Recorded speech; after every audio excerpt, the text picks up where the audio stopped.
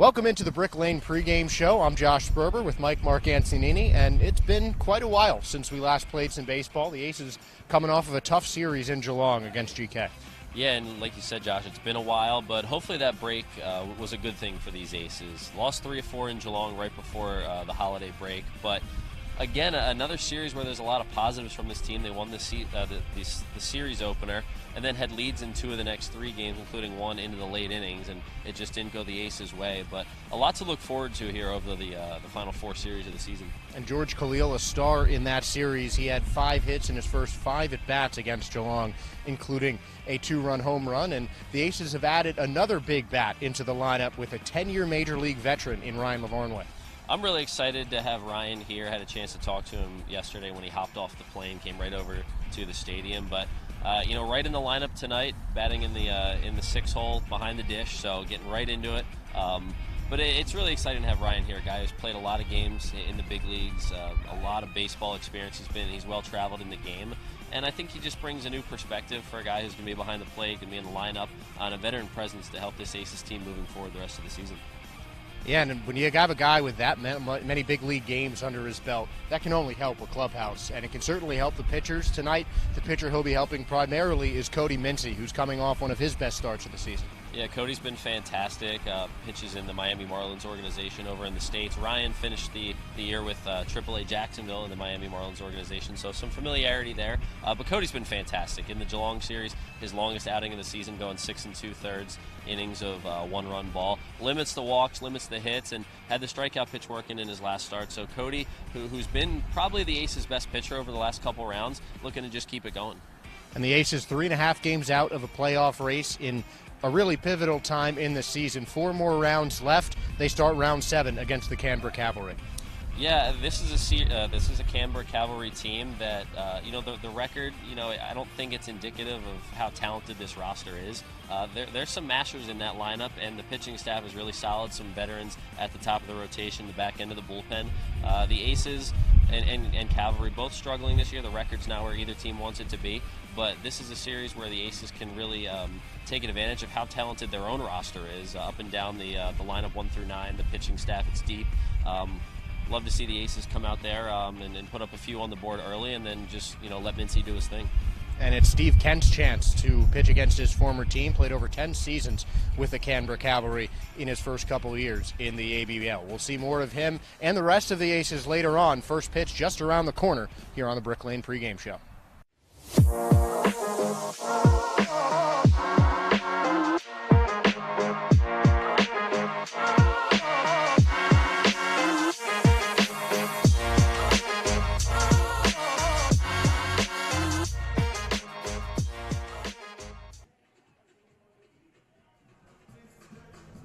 Welcome in to Melbourne Ballpark. We hope all of you have had a great holiday break, but we're back here at Melbourne Ballpark for some Aces baseball. I'm Josh Sperber alongside Aussie Mike, a.k.a. Mark Antonini, and we've got a good one between 2 teams on the outside looking in of the playoffs, but here in the home stretch, it's really time to turn on the Jets. Well, Josh, first off, it's good to be back here for the first time in 3 months. Oh, just kidding. It's been a little less than a month, but it feels like it's been 3 months. I just noticed they got Aussie Mike up on the screen instead of my actual name. I love that. I absolutely love that. I'm psyched to be back in the actual name. Well, but I'm psyched to be back in the booth with you, Josh. But like you said, both these teams on the outside looking in. There's still time to make up ground for both of these teams and for the Aces. They have the talent to do it. And I'm excited to see what they do coming out of this little, I guess you could almost call it like an all-star break, a mid-season break. And I think they'll be relaxed, refreshed, and ready to go. That seems to be, that's what you need for the Aces. A couple guys traveled around Australia. Some guys went back to see their families. But I think getting that little time to step away and just relax for a little bit can really help this team. Definitely, and the last time the Aces had a big break was when the entire Round 5 series in Auckland was rained out, so they had the same length of a break there. But that's a lot different. You go on a road trip, and then you expect to play every day, and then the game gets rained out. That's a lot different. Here, they knew they had 9 days off, They can, just relax, get your work in on the side, and then come back fresh, ready to go when round 7 starts. So a lot different of a break, and I think mentally that's the biggest thing is they knew they had time off.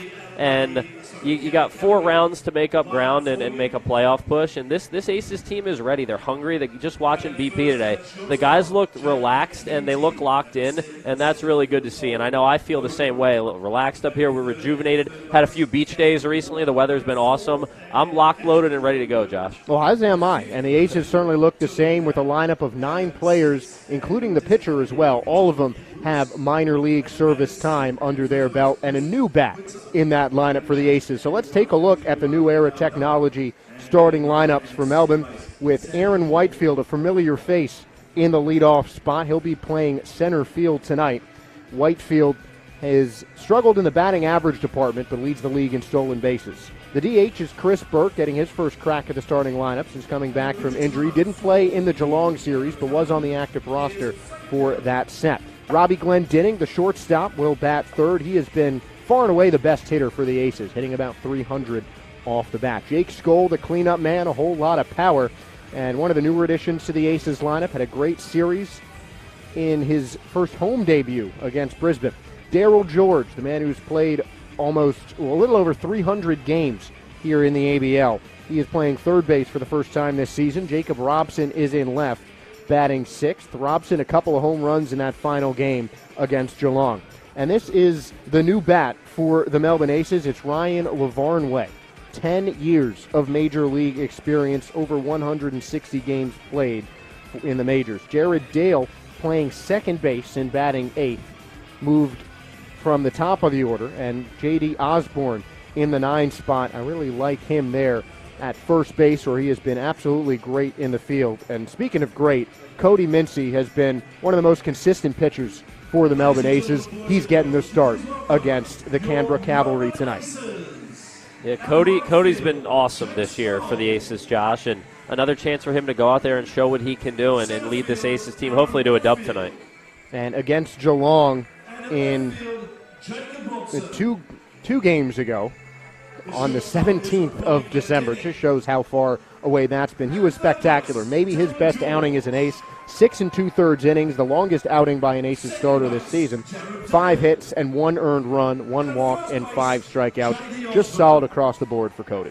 Yeah, I'm excited to see what he does out there against this Canberra team who's got some big bats in their lineup. This is a team that I mentioned in the pregame show. Their record doesn't show how much talent they have. I mean, this is a good Canberra team, but the Aces are a good team as well.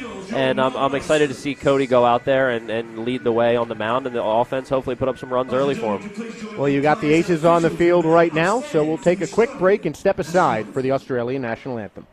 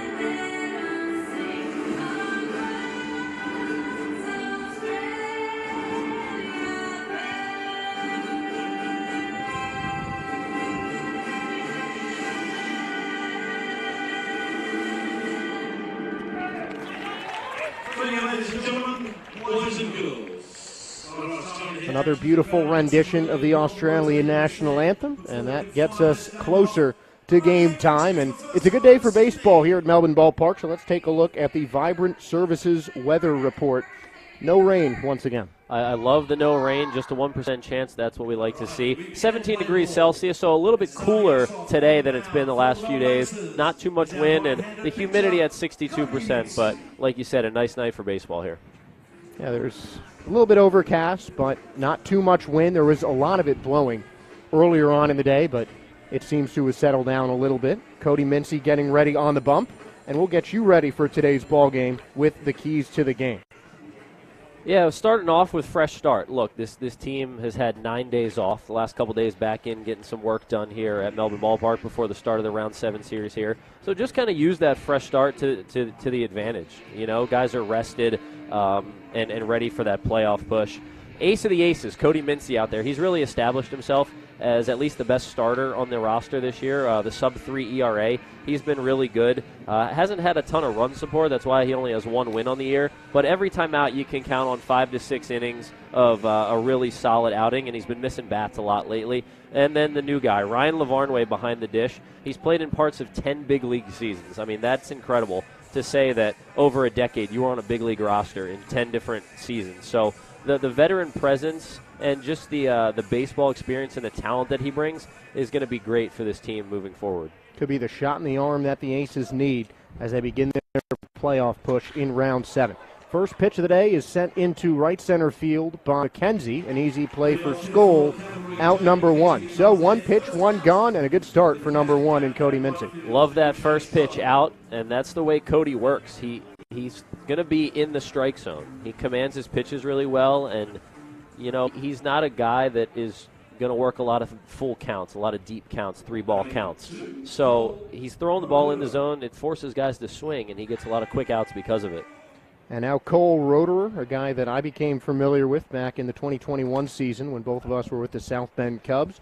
If you see that elbow guard on his right arm there, part of it is because of that season, because he tore his UCL in 2021, missed almost the entirety of that year. Came back and played a solid season with AA Tennessee for the Cubs, a team that lost to Pensacola and J.D. Osborne in the championship for their division in AA. 0-2 the count to Cole, former second-round pick of the Cubs, as Mincy deals. Missed outside, count 1-2.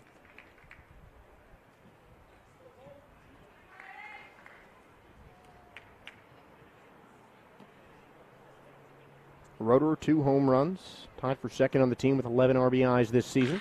The 1-2 is hit into center field. Whitefield eases under it as it drifts into left center, and an easy grab for him. So Mincy pitching well to contact, getting the fly ball, but not too well struck.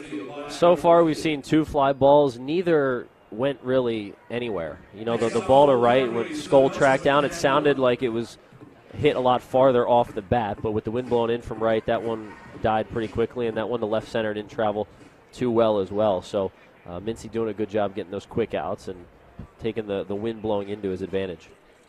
Now Cam Warner, number 3 hitter, as the slider by Mincy misses outside. Count 1-0. Warner, 187 hitter on the year, as the 1-0 catches the inside corner for a called strike. Set the defense for the Aces with Ryan Lavarnway making his debut in the backstop for Melbourne. J.D. Osborne at first, Jared Dale at second, and Mincy sends the 1-1 in. It just misses the outside corner, 2-1. Robbie Glendinning at short, Darryl George at third.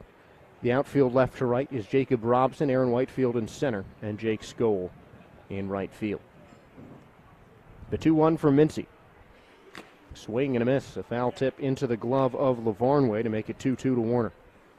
Josh, we're into round 7 now, and the Aces really haven't gone a full 2 series in a row with their set everyday lineup. Darryl George is finally back for a full series. Chris Burke back in the DH spot tonight, and now Ryan Lavarnway is here. So this is as close to full strength as the Aces have been all year. And it shows that at full strength is George back to one of his more customary positions at third base. We've seen him at first or DH all year long, but he was a staple at third for those championship teams. And it's good to see him over there, healthy enough to play the hot corner, and it just gives Peter Moreland so many more options. Payoff pitch, foul back into the netting. We'll do it again. And, I mean, we can talk about it, and we will, about what Ryan Lavarnway brings to that team behind the plate. I mean, so much experience. He's been playing baseball at a professional level since 2009. And he's really been everywhere throughout his career. He has a World Series ring from the 2013 Red Sox. That's Payoff huge. pitch. That's it high in the air out to left field. An easy play for Robson, though, who's going to camp under it and make the catch for out number 3. So 3 fly ball outs for Cody Mincy and a good first for the Melbourne Aces. They'll come back in the bottom half of the first inning in a scoreless ball game. At the Sporting Globe, we're a little different to other pubs and bars. We have more than just cooks, we have chefs. We have more than bar service, we have table service. We have more than specials, we have specialties. We have more than live sporting events, we have atmosphere. And we have more than customers, we have fans. It's more than a sports bar, it's a Sporting Globe.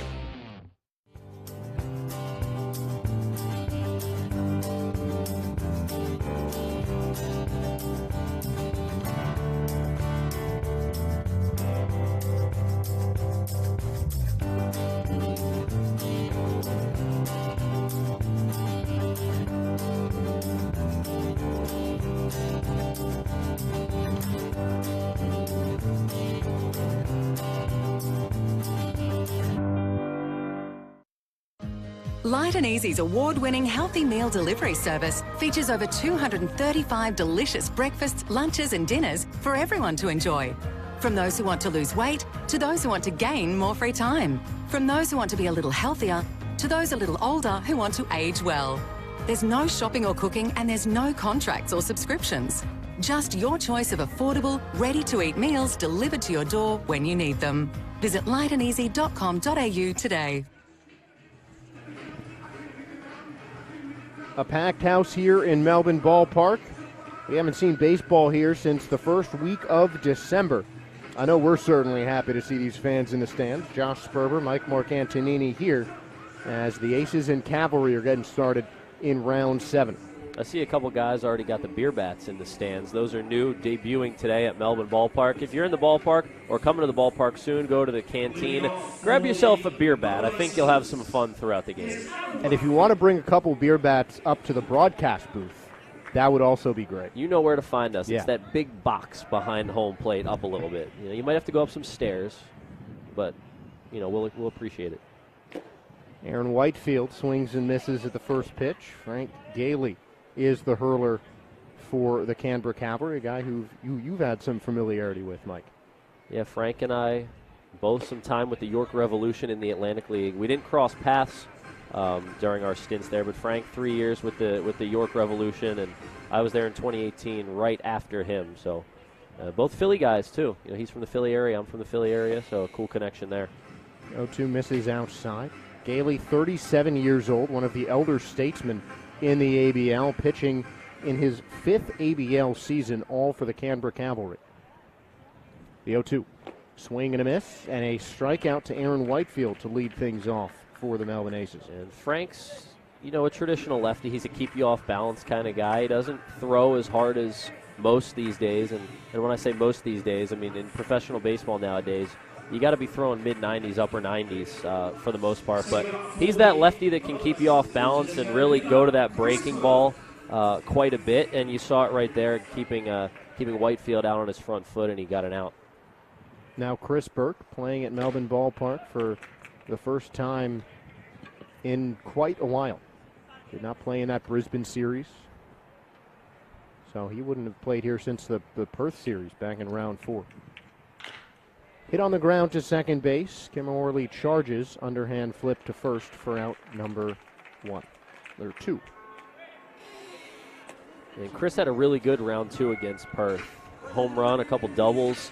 And he did a great job of going with the pitch, hitting the ball the other way. His home run was over the left field wall and had a double into the left field corner. So it's almost like a midseason trade acquisition. You know, you can say the same thing about Darryl George to get their bats back in the lineup.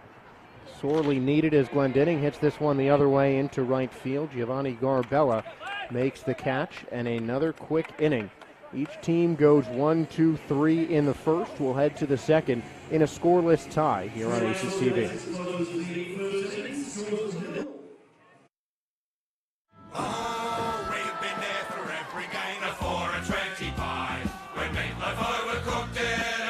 Save that try.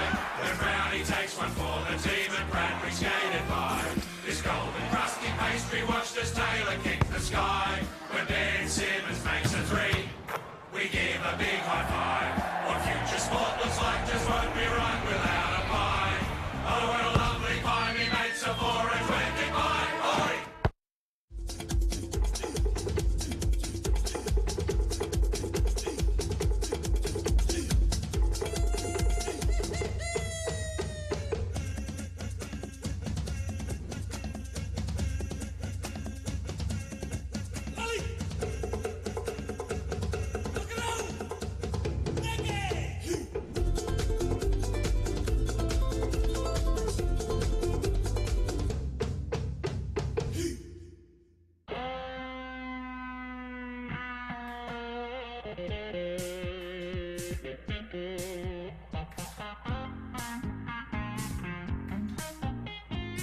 One Love is there for the moments with the people you love the most.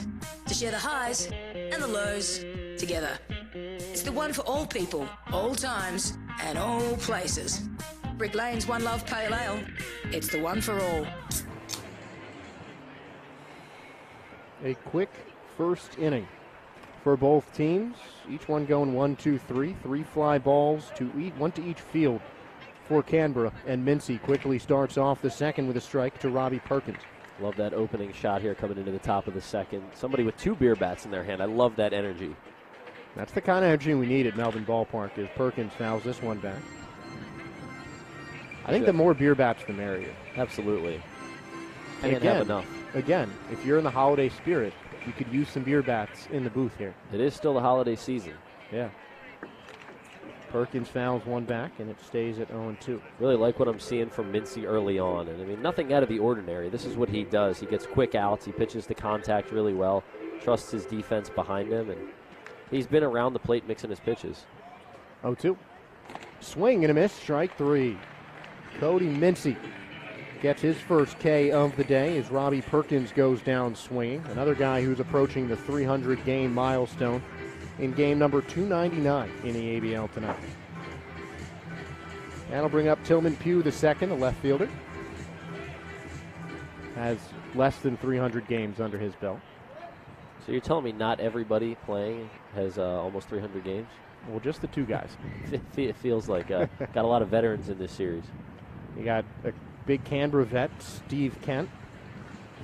Might have flown down with a couple of these Cavalry players. As that missed it upstairs, it's 2-0 to Tillman Pugh in his first season in the ABL. 2 homers, 12 RBIs. Second on the team. The 2-0 pitch.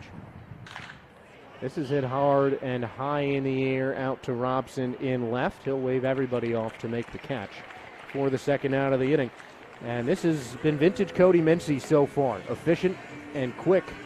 And when he gets the fly balls, they're easy plays for his outfield. Absolutely. I mean, that ball off the bat sounded like it was hit a lot better than it actually was. I mean, the ball up in the air is just not traveling tonight. So whichever team hits more line drives to the gap is going to win. You know, not a great night for the launch angle. As that breaking ball misses outside to Mitchell Edwards for ball 1. And that's something we saw a lot of in the Geelong series. I think there are a lot of Aaron Whitefield hits that looked like they would have left the yard on a less windy day. That left center field gap in Geelong, I mean, that was, baseballs went to die there. Yeah. It was crazy. The wind picked up, blowing out to left field here, and this is hit out to shortstop. One-handed play for Glenn Dinning, and he retires Edwards for the final out of the inning. So Mincy takes down the Cavalry 1, 2, and 3 in the heart of the Aces order coming up on the other end of this break here on Aces TV. For over 40 years, All Green Nursery has been providing the communities of Melbourne's western and northern suburbs the best advice and results for their gardens. Our retail centre, indoor plant space and expansive nursery floor showcases over 150 varieties of vibrant plants, most of them grown locally right here in Werribee South. We have qualified horticulturists on site to help assist with all your gardening needs, and our home decor section is stocked with a full range of quality options. All Green Nursery, your local plant nursery and garden centre. Visit our sites in Hoppers Crossing and Epping.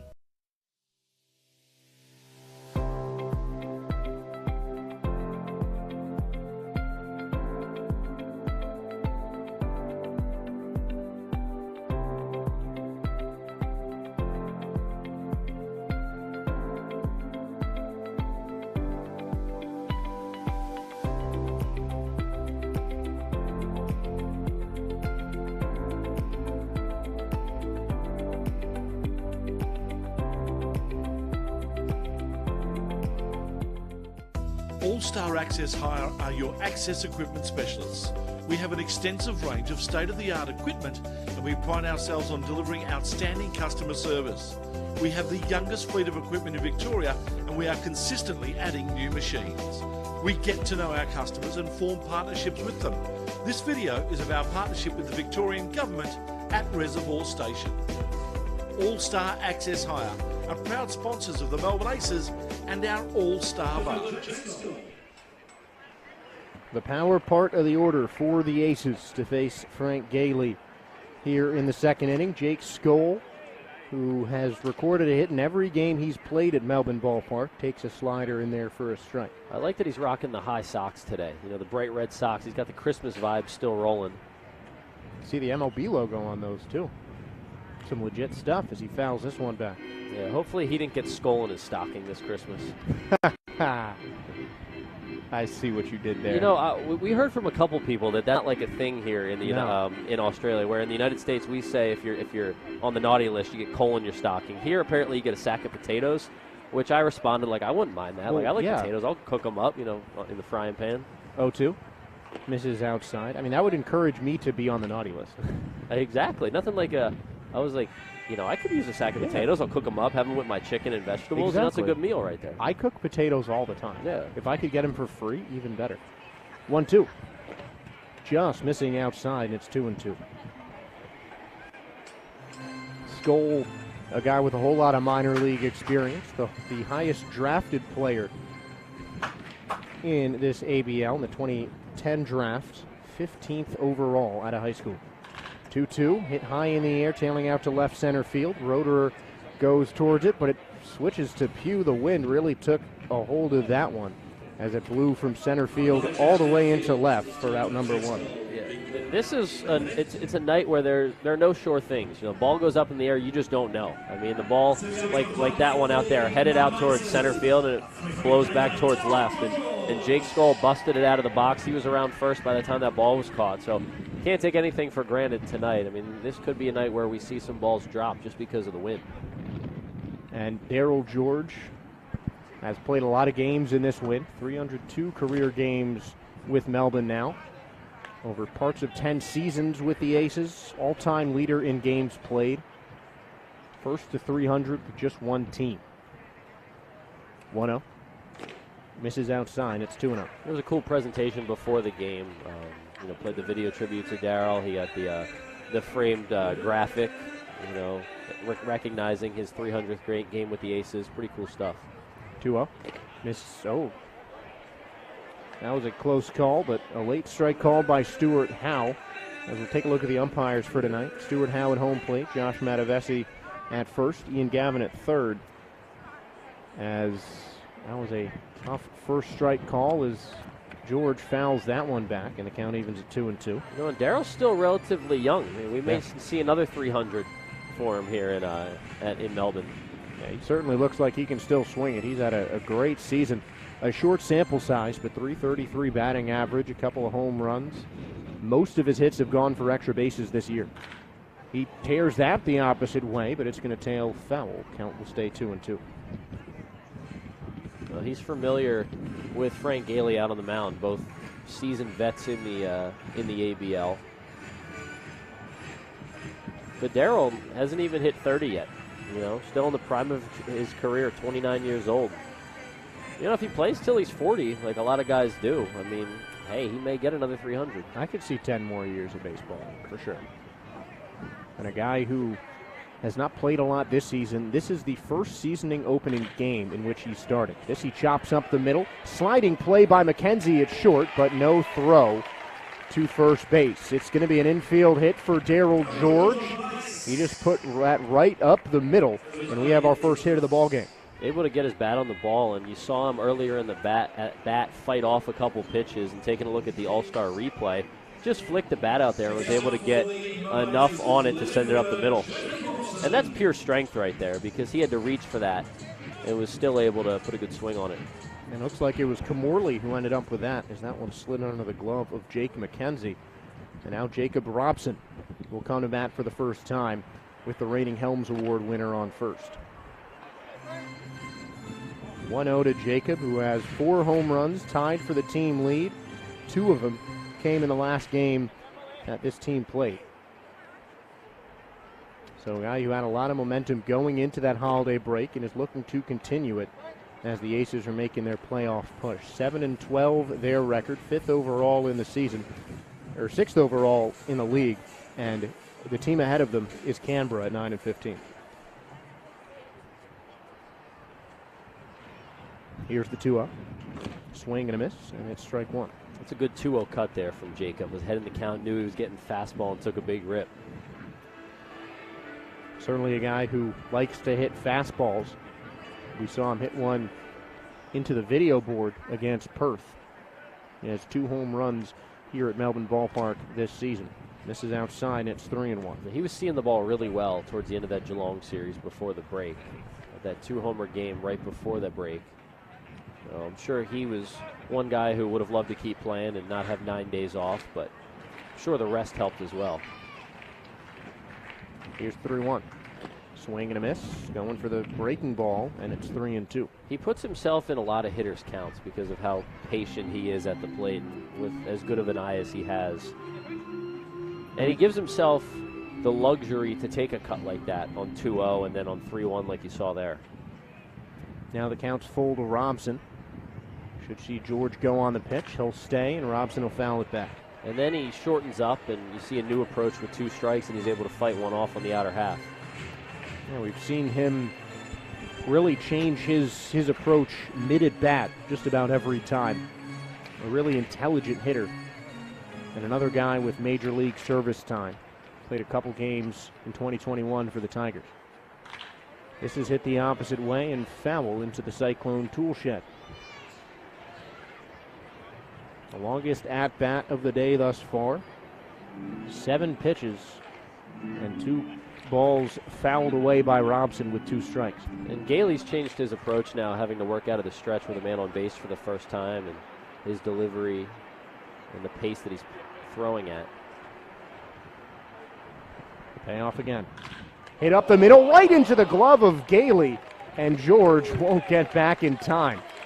Man, talk about a comebacker as Frank Gailey gets a 1-3 double play. A savvy move for the veteran to end this inning. Look at this.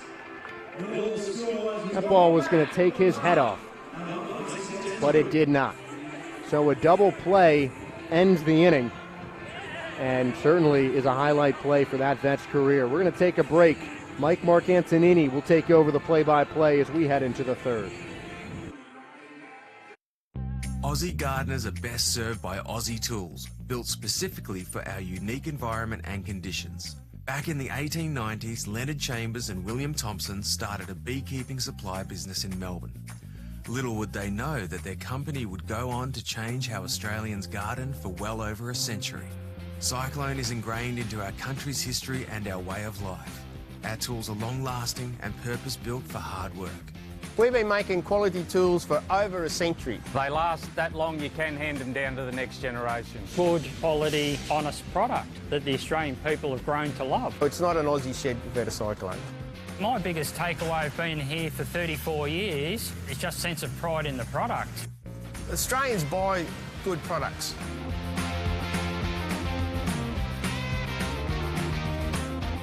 So if they keep on buying, we keep on making, so we're here. Cyclone Tools, made for Australians. When enjoying a punt, easy does it with Punt 123. Punt123.bet is your home for all your punting needs with same race multis and same game multi options, including daily promotions on all the major sporting and racing events. It's punting made easy. Get in the game with Punt 123. Visit punt123.bet or download the app today. Gamble responsibly. Back at Melbourne Ballpark, and the vibes are high tonight. First game here at Melbourne Ballpark since December 4th. We're scoreless early as Cody Mincy goes back to work against the bottom three in the Canberra order: Chris Quitzer, Giovanni Garbella, and Sam Kimmerly. No score early, just one hit on the board for either team. Darryl George a single in the bottom of the second for the Aces as Mincy gets ahead 1-2 on Quitzer. But like I said, the vibes are high here at the ballpark. Great to have baseball back. We're going to need Sydney Ryan to give us the official vibe check, Josh, but it's been a fun one so far through a couple innings. Yeah, she's become the official vibe checker of the Melbourne Aces. And we might need to get her up on the broadcast to get that out to the fans. Need her to sign off to officially let us know that the vibes are high. But it is great to be back here, Aussie Mike and Josh Sperber. And that is the first base runner of the game for the Cavalry. 6 up, 6 down for Mincy through the first two frames, but Quitzer flicks one off the end of the bat into center for a single. Yeah, that pitch looked a bit outside, but Quitzer timed it up well, really just reached for it and lifted it out where no one else could reach it. A nice hit to lead off the inning, the first leadoff hit of the day for either side. Here's Giovanni Garbella, the right fielder. His first time up at the dish tonight. Mincy works with a man on for the first time. First pitch chopper to the left side. Nice play by Glendinning. Only play to first, and an even better scoop by J.D. Osborne over at the bag. So a 6-3 putout is out number one in the third. That was a heck of a play right there. Now, Osborne's been primarily a catcher in the minor leagues, but I think the Marlins, after taking a look at him here at first base with Melbourne, they might change that up. He plays first baseman like it's his natural position. He just fields that so well, but you got to give credit to Robbie Glendinning because that play was a slow, high bounce like that. Not an easy play to make. Paint both of those gloves gold. Solid all the way around from Glendinning and Osborne. With a man on second now and one down. Here's Sam Kimmerly, the second baseman.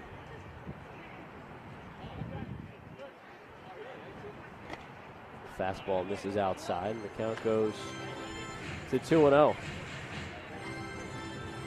First time we've seen a runner in scoring position tonight. It's Quitzer out at second after the leadoff single.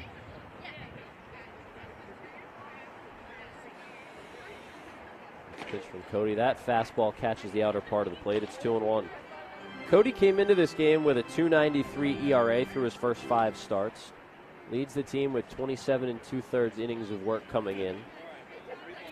18 strikeouts and 8 walks, and with the strikeout tonight, give him 19 on the year. 2-1 fastball. That one missed a little bit outside. First time Mincy's fallen behind. It's 3-1 on Kimmerly. Mincy's last start took a no decision, 6 2/3 innings of 1-run ball at Geelong on the 17th. Threw a season high 100 pitches in that one, and also worked a season high 6 2/3. He's gone 5 innings in all 5 of his 5 or more innings in all 5 of his starts. You can pencil him in to at least get you into the 5th or 6th. Quick look at second. Here's the payoff. That's outside. First walk of the game for Mincy. And at least sets up the double play. We go back to the top of the order. Here's Jake McKenzie. And a good pitching by Mincy there, but just a better eye. Mincy's certainly a guy who stays in the strike zone most of the time, but he will try and fool you here and there with his breaking stuff. Has a big arsenal, and he uses all 5 of his pitches. First and second for McKenzie. He's had a nice start to his ABL season. First pitch, swing and a miss. Good fastball up top. Well, McKenzie, 263 average, 410 on base percentage.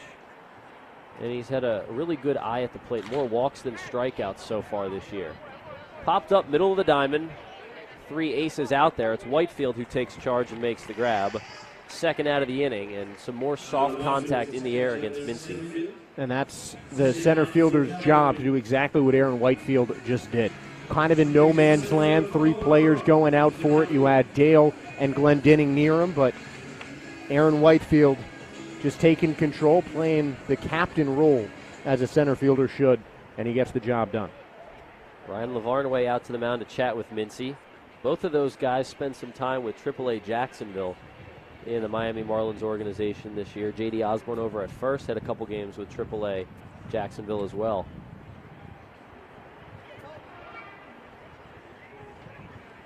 Lavarnway wants it low and away. Pitch to Roederer. It is low and away, and it's a strike. 0-1 on Cole. Roederer flew out to center his first time up. Mincy has gotten 5 outs in the air tonight. A couple ground outs as well, and a strikeout mixed in. Here's another ground ball. Glendenning has it. The long way to first to Osborne in time to end the inning. So Mincy works around traffic on the bases, strands 2, and throws another scoreless frame. We head to the bottom of the third after a quick break on Aces TV. At the Sporting Globe, we're a little different to other pubs and bars. We have more than just cooks, we have chefs. We have more than bar service, we have table service. We have more than specials, we have specialties. We have more than live sporting events, we have atmosphere.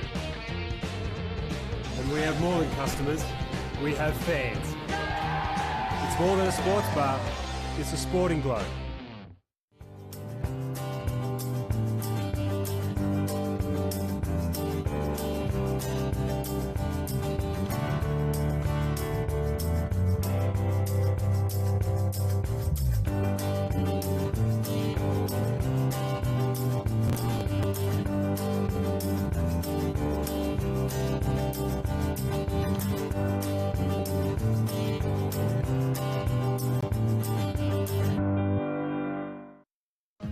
Light and Easy's award-winning healthy meal delivery service features over 235 delicious breakfasts, lunches and dinners for everyone to enjoy.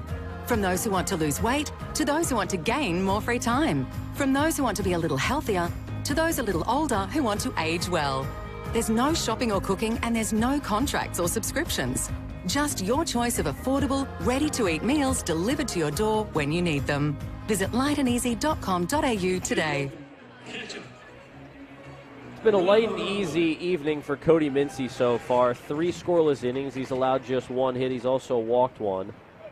But he's fired 3 efficient innings and kept the Canberra Cavalry off the scoreboard. Now, Ryan Lavarnway leads off the bottom of the third for the Aces. This is his first plate appearance as an ace. Guy who's played parts of 10 big league seasons, well-traveled in his big league career. The 35-year-old catcher playing in the ABL for the first time. Good to have Ryan on board here for round 7 and beyond. Next pitch to him misses outside. But a lot of excitement in bringing Lavarnway on board late in the season, Josh. Yeah, I mean, we talked about the leadership that a guy with that many big league seasons can bring. This is a guy who's really been there and done just about all of it. I mean, you can't teach the experience you can't really teach the kind of experience that Lavarnway has. And at this point in the season, the Aces need it more than ever. Takes the 1-2 pitch outside, 2-2. Lefty Frank Gailey's been good through 2 scoreless innings. Made a highlight reel grab on a line drive that Robson hit right back at him. Doubled George off of first as Lavarnway sends one to the left side of the diamond.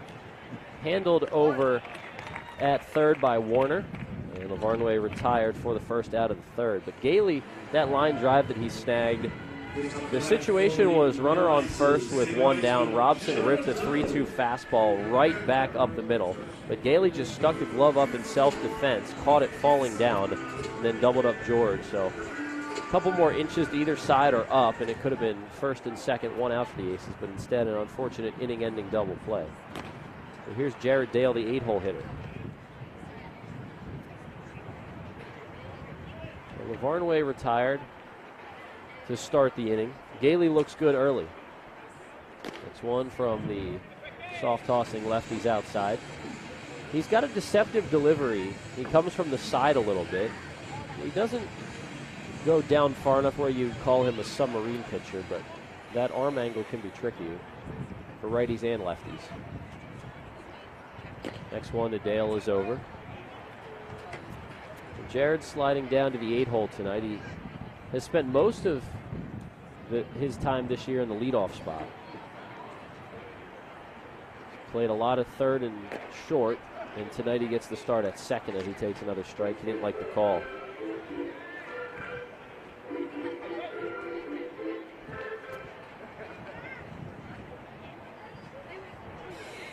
Two, swing and a miss. He chased. 2 up, 2 down here in the third. That brings up J.D. Osborne, who is batting in the 9-hole for the first time this season. And Josh, that's a pretty big bat in the 9-hole. Yeah, he's been one of the best in terms of driving in runs for Osborne. He's a guy whose average just does not show how good of a season he's had. Tied for the team lead with 4 home runs, tied for the team lead with 13 RBIs. He's been huge for the Aces, and putting him at the bottom of the order, I think, is a good chance for them to get a rally started at the lower part of the order, and that would be a massive boost for this Aces team. A guy who's in scoring position when he's in the batter's box, for sure. He's got a chance to extend the inning and bring up Whitefield.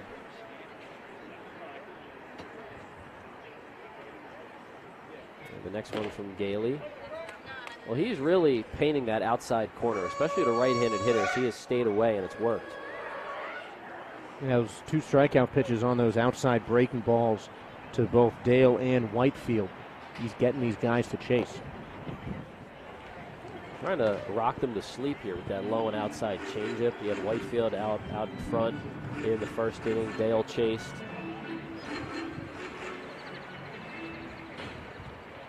Pitchers duel early between Gailey and Mincy. Osborne fights one off foul. It's 2-2.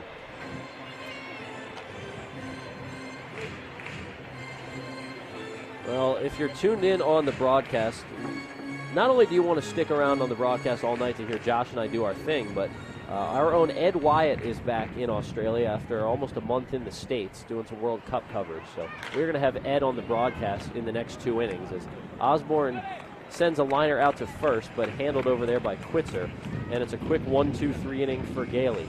So we've played 3 at Melbourne Ballpark, still no score, each team with just 1 hit on the board. And like I said, Ed Wyatt rejoining us in the booth, so it'll be good to have Ed on the broadcast, and you will hear Ed after this on Aces TV. Oh, we've been there for every game, the 4 and 25. When Meatloaf overcooked it and Gregan saved that try. When Brownie takes one for the team and Bradbury skated by.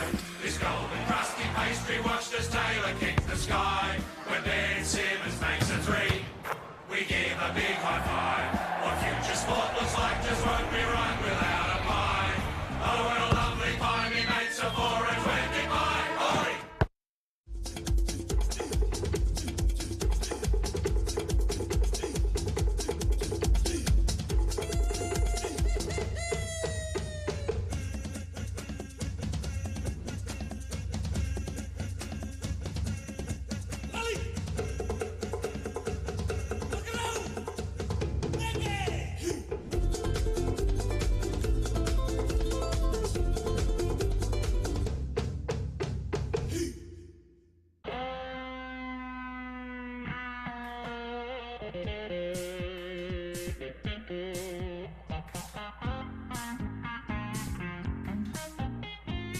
One Love is there for the moments with the people you love the most.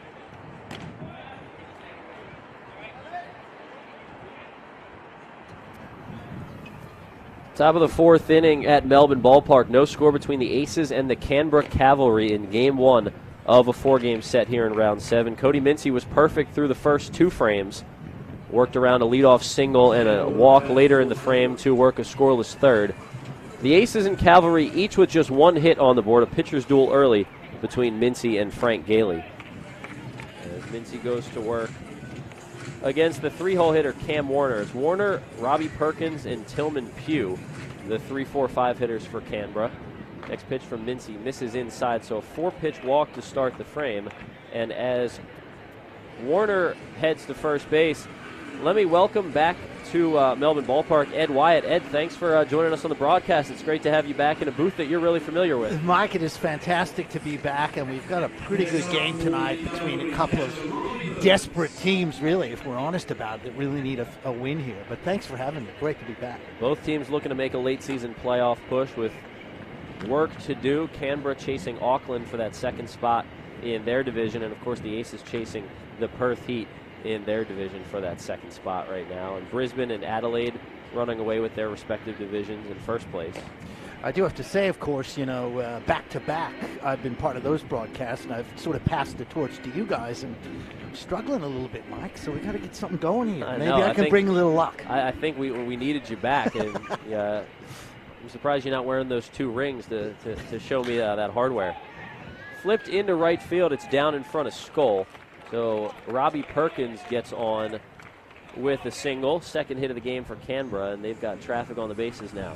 And that's the kind of game I think we're going to see tonight, really, with that wind blowing in. I've been sitting out in the stands, and it is a real full-on breeze coming in. So I don't think there's going to be much long ball tonight. Yeah, well, what's up with this?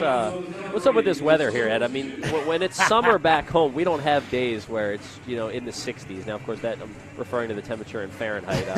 I don't know what that is. I guess that's in the teens in Celsius, but. Yeah, I mean, this Melbourne weather, I think I'm still getting used to it. It's taken me 20 years. Tillman Pugh, a big cut there on 0-0. He comes up empty. If you've ever been to Denver, it's the only place with weirder weather than Melbourne. That change of like 30 degrees in the day is just ridiculous. Yeah, a handful of people have told me you see all 4 seasons in a day here in Melbourne. Now, I like one season. I'm a big summer guy. If I could have summer year-round. So the past 4 or 5 days, I'll take that. Yeah, I get that. They'll be coming at some point. I think you're sticking around for a little while, so you'll get a sense of it, I'm sure, in January.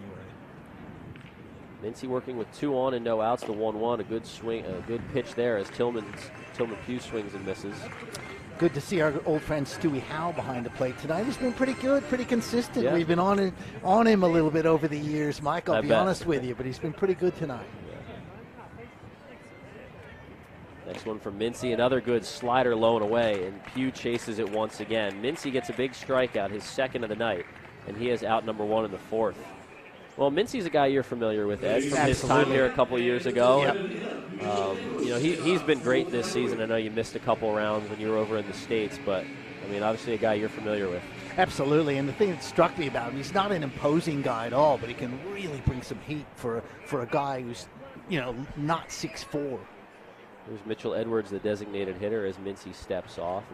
And how have you guys been finding it? You sound great on air, by the way, and I'm not just saying that because I'm here. Well, I appreciate it, Ed. No, I mean, it's been great. Josh and I have had a ton of fun up here in the booth working together and getting to explore Australia and our time away from the ballpark as well. Another big swing and a miss as Mincy dials up the fastball up in the zone. But good crowd tonight here, too, and it's I've been told it's close to the biggest Thursday night crowd the Aces have had in recent memory. Yeah, this is pretty cool to see this many people out. A great night for a ball game. It's one of those shorts and a hoodie kind of night. It's at least for me. I'm wearing the shorts and the hoodie up in the booth, but a good summer night to watch a game. It's not too hot. You wouldn't say it's cold. No. A little breeze blowing, and it's good to see some folks enjoying some cold ones and some food in the stands watching a ball game. I said in the pregame show, it felt like it's been 3 months since we've called a game from here. It's been a little less than a month. Of course, I'm sure you're loving being back here for the first time in a while. Yeah, it's great, and I've been able to follow the games, of course, on the Aces TV channel on YouTube, which has been great, listening to you guys from overseas. Runner on second takes off. Ball popped up down the left field line. Robson's over in fair ground, makes the catch. That's out number 2 for Mincy and the Aces, so Warner retreats back to second, and from 2 on and no outs to 2 on and 2 outs. Yeah, that's a big out right there, especially with the runner going. You never know what would have happened had he been able to make it to third, but big out. So tell the viewers at home about your trip over back to the United States. You're doing some World Cup coverage doing some over there? World Cup coverage for my other employer, Sportsbet, and it was great. Got to see my folks, but pretty much worked every day. Watched about 49 or 50 games. which was great. It was a great thing to do, so I'm certainly not complaining. Great to see the folks, see a little bit of American football, which I always miss. But, yeah, it's great to be back here and great to be with you guys and hopefully, as you said, push for a playoff spot. NC's next pitch to the left-handed swinging Chris Quitzer is down. It's 1-1.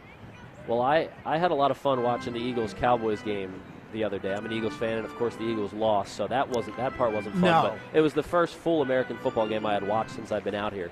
So it was good to watch the hometown team on Christmas, no less, which was cool. 2-0's over for a strike. The coverage has improved so much. When I first came over here, it's like walking from bar to bar. Anybody got a game on? That kind of thing. Now with ESPN, Fox, you've got all kinds of American sports, which is fantastic.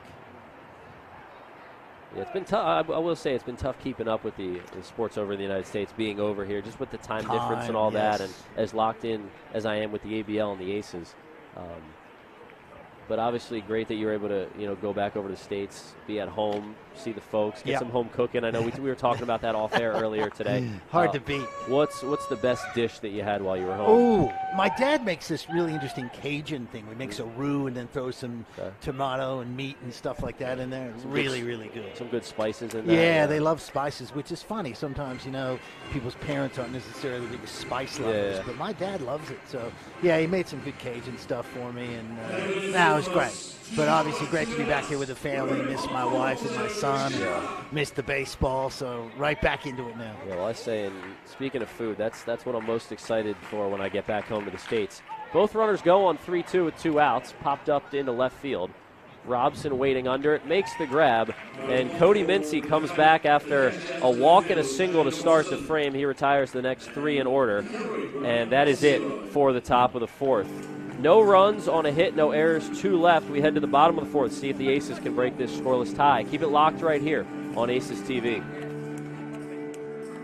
For over 40 years, All Green Nursery has been providing the communities of Melbourne's western and northern suburbs the best advice and results for their gardens. Our retail centre, indoor plant space and expansive nursery floor showcases over 150 varieties of vibrant plants, most of them grown locally right here in Werribee South.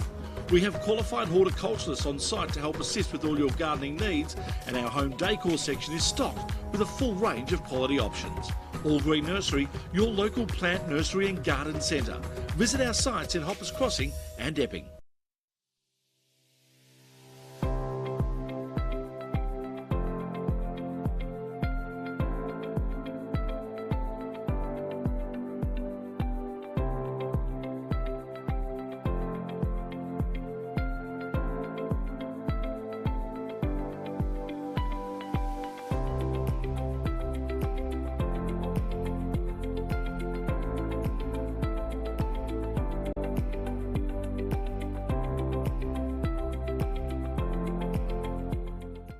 All-Star Access Hire are your access equipment specialists. We have an extensive range of state-of-the-art equipment, and we pride ourselves on delivering outstanding customer service. We have the youngest fleet of equipment in Victoria, and we are consistently adding new machines. We get to know our customers and form partnerships with them. This video is of our partnership with the Victorian Government at Reservoir Station. All-Star Access Hire are proud sponsors of the Melbourne Aces and our All-Star Bar. Bottom of the 4th inning from Melbourne Ballpark. Michael Mark Cantonini and Ed Wyatt up here in the booth as Aaron Whitefield leads things off for the Aces. No score between the Aces and the Cavalry in Game 1 of a 4-game set. Good to be back at Melbourne Ballpark for the first time since December 4th. And the Aces have the top of the order, Whitefield, Burke, and Glendinning against Frank Gailey, the 5-year veteran of the ABL, well-traveled in his baseball career. He has kept the Aces hitters off balance early, but Ed, it would be nice to see a couple runs on the board here in the 4th at the top of the lineup. Yeah, absolutely. Sure would be. Aussie Mike, I guess I can say that. Yeah, that's what they call me. Yeah, I like it. I like it a lot. I'm a big fan of that. Another one fouled back here, but yeah, I think this is going to be a tight one. I know that's not going out on a limb in a scoreless game with only 3 hits in the 4th inning. But when I got to the park, you just kind of sense. Not tension, but it's an important series for both of these teams. Yeah, a lot at stake. The Aces would love to, of course, you'd love to sweep. 3 of 4 would be huge. as Whitefield takes a called third strike. Looked a little bit outside, but Stuart Howe with the generous call for Gailey. Just as I give Stewie Howe a rap, he lets that one go. A little bit too early. We'll get a look at it right here. Yeah, that looks outside to me from that angle. Yeah, definitely one that Whitefield would love to have back, but one out here in the top of the fourth. Here's Chris Burke, the DH. So I mentioned in the last half inning we were talking about you getting the home cooked meal when you're back home in the States. Well, for me, not getting the home cooked meal since I'm out here, but I'm doing a lot of cooking on my own, but also been checking out the Melbourne food scene a little bit. Was over on Lygon Street last night. Yeah, sure. Went the week before as well. I mean, that is some great Italian food over there. Burke swings and chops one to the right side. 2 up, 2 down for Frank Gailey in the fourth. Yeah, Lygon is fantastic. Great place. If last year after the Grand Prix, the F1 Grand Prix, when Ferrari won, we drove up there and just people everywhere, as you can imagine, all the Ferrari fans. Restaurants were packed and heaving. Yeah, great part of the world. But, of course, the Melbourne food scene across the city is great. Yeah, I've been to Lygon Street the last 2 Wednesdays, picking a different restaurant, a different gelato spot every night. Going to keep it going. Couple of Josh and a couple of the other guys here that came over from the States to work for the team have been to the Queen Victoria Night Market. I'm going to make my debut there next week and just trying to check out as much of the food scene as I can and hit all the good spots. I've been taking recommendations from players, coaches, fans, everybody, front office staff. You got any recommendations for me? I have to think about that. My neck of the woods, I live north of the city, so Thornbury, Northcote, that area, there's a lot of really nice little bars and restaurants, but that might be too far out for you. Glendinning swings and misses at a pitch outside. 2 strikes on the Aces shortstop. Well, Josh and I actually were in Thornbury not too long ago. We called the Aces GK series at Geelong from the studio out there and found some good food along the way. There you go. Well, that is my neck of the woods out there. You can find plenty of places. Might have to make another train trip out there. Absolutely.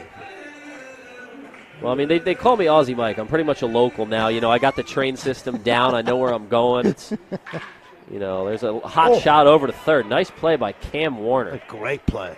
2 big defensive plays behind Frank Gailey tonight. One that he made, another one that Warner makes. And it's a 1-2-3 frame for Gailey. Well, Ed, appreciate talking to you on the broadcast. You're going to stick around for the 5th inning when Josh hops back on.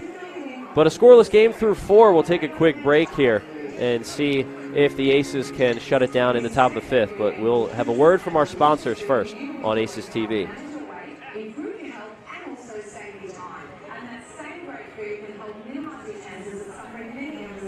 Makers of Dasher and Fisher began in 2017 with a vision to specialize in gins that speak of place and express Tasmania's remoteness and untouched beauty.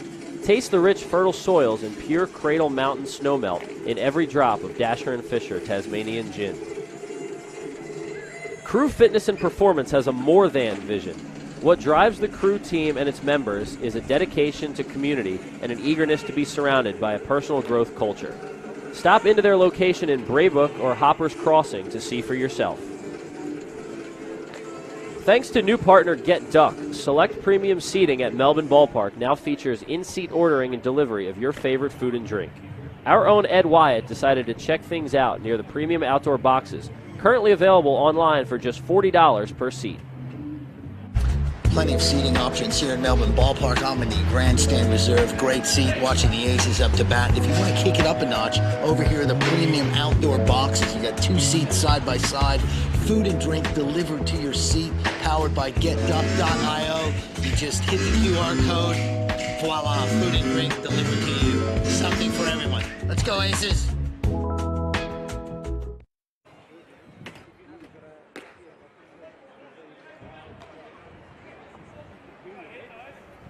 Back up in the broadcast booth.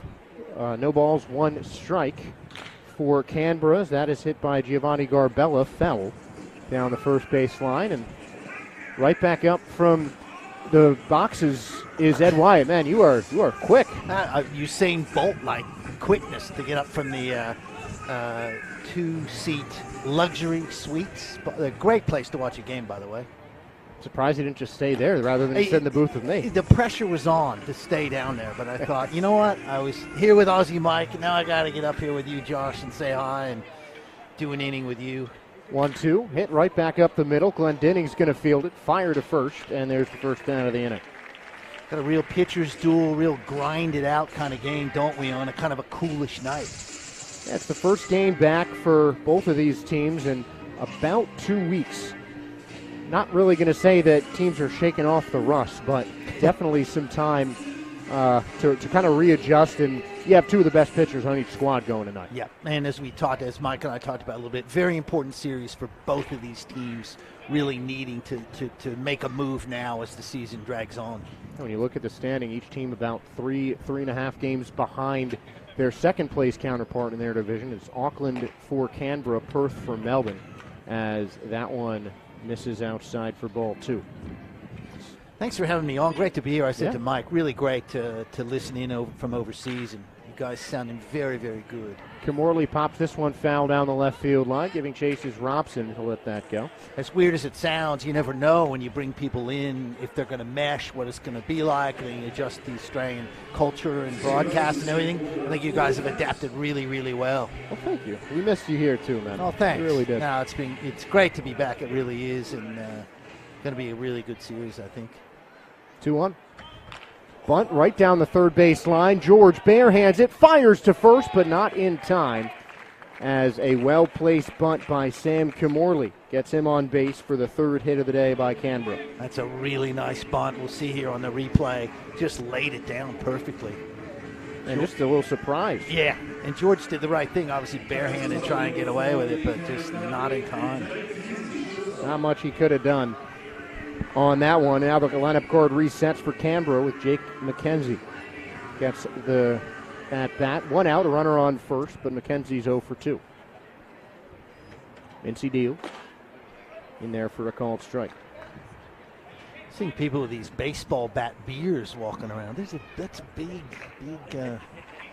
When you come up in the booth tomorrow, we're going to ask you to bring one of those, because the beer bats are some of my favorite things in baseball, and I'm really happy to see them here at Melbourne Ballpark.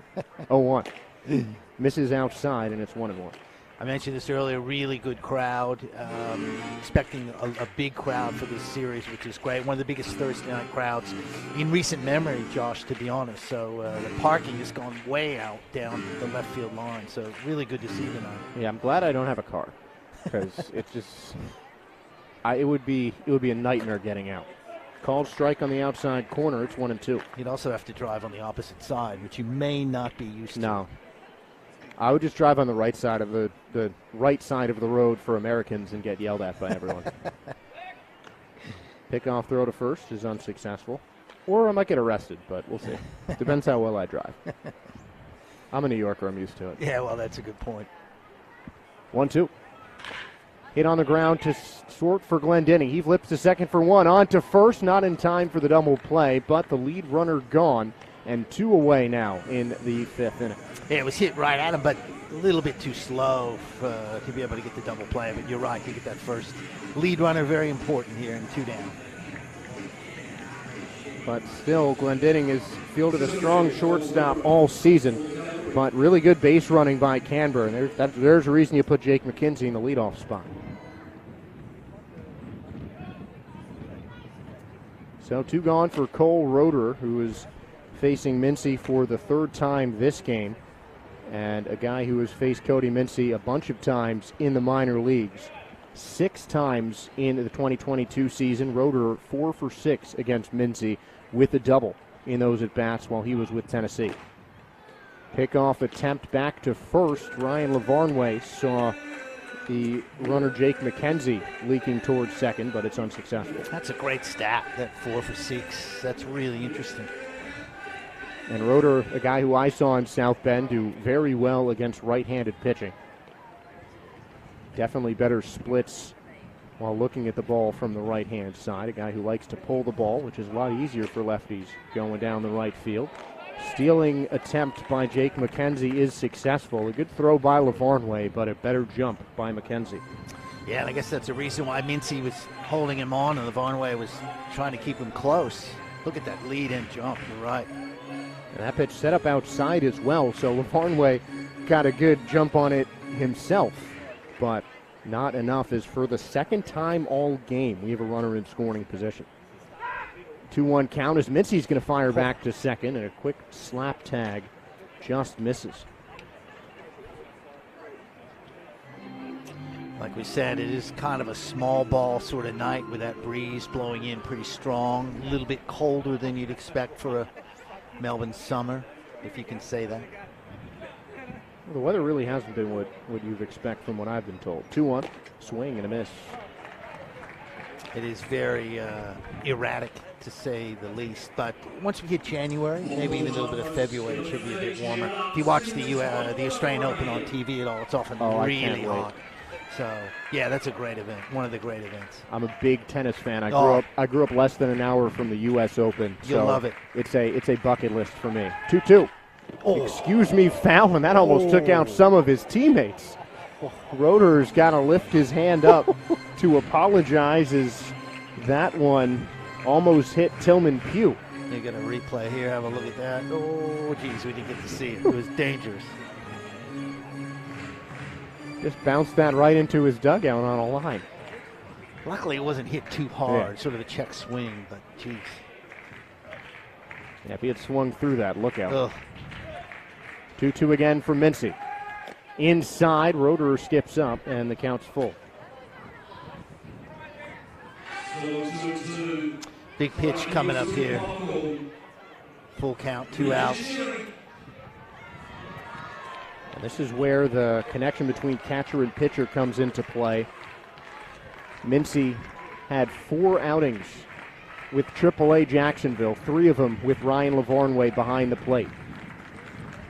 His backstop mate set. Roederer fouls this down the left field side, and the count will stay full. Flying over the Cyclone tool shed down there, where I think the last time I see her, I was down there sitting on a beanbag with a beer in my hand. That was, I think, the last pregame show that we had when you were there as well. Definitely my favorite one. Although they gave us a Sidewinder, which I haven't had a lot of non-alcoholic beer before, but those Brick Lane Sidewinders taste like the real thing. Yeah, they're good. Absolutely. Payoff again. Hit the opposite way into left. Robson going back on the track. He'll make the catch and run into the wall to steady himself. So Jacob Robson showing off the range in left to stop a tough run by the Cavalry. A run stranded on second base on 1 hit, but still no runs on the board. We're at the halfway point here at Melbourne Ballpark. A scoreless game here on Aces TV. At the Sporting Globe, we're a little different to other pubs and bars. We have more than just cooks, we have chefs. We have more than bar service, we have table service. We have more than specials, we have specialties. We have more than live sporting events, we have atmosphere. And we have more than customers, we have fans. It's more than a sports bar, it's a Sporting Globe.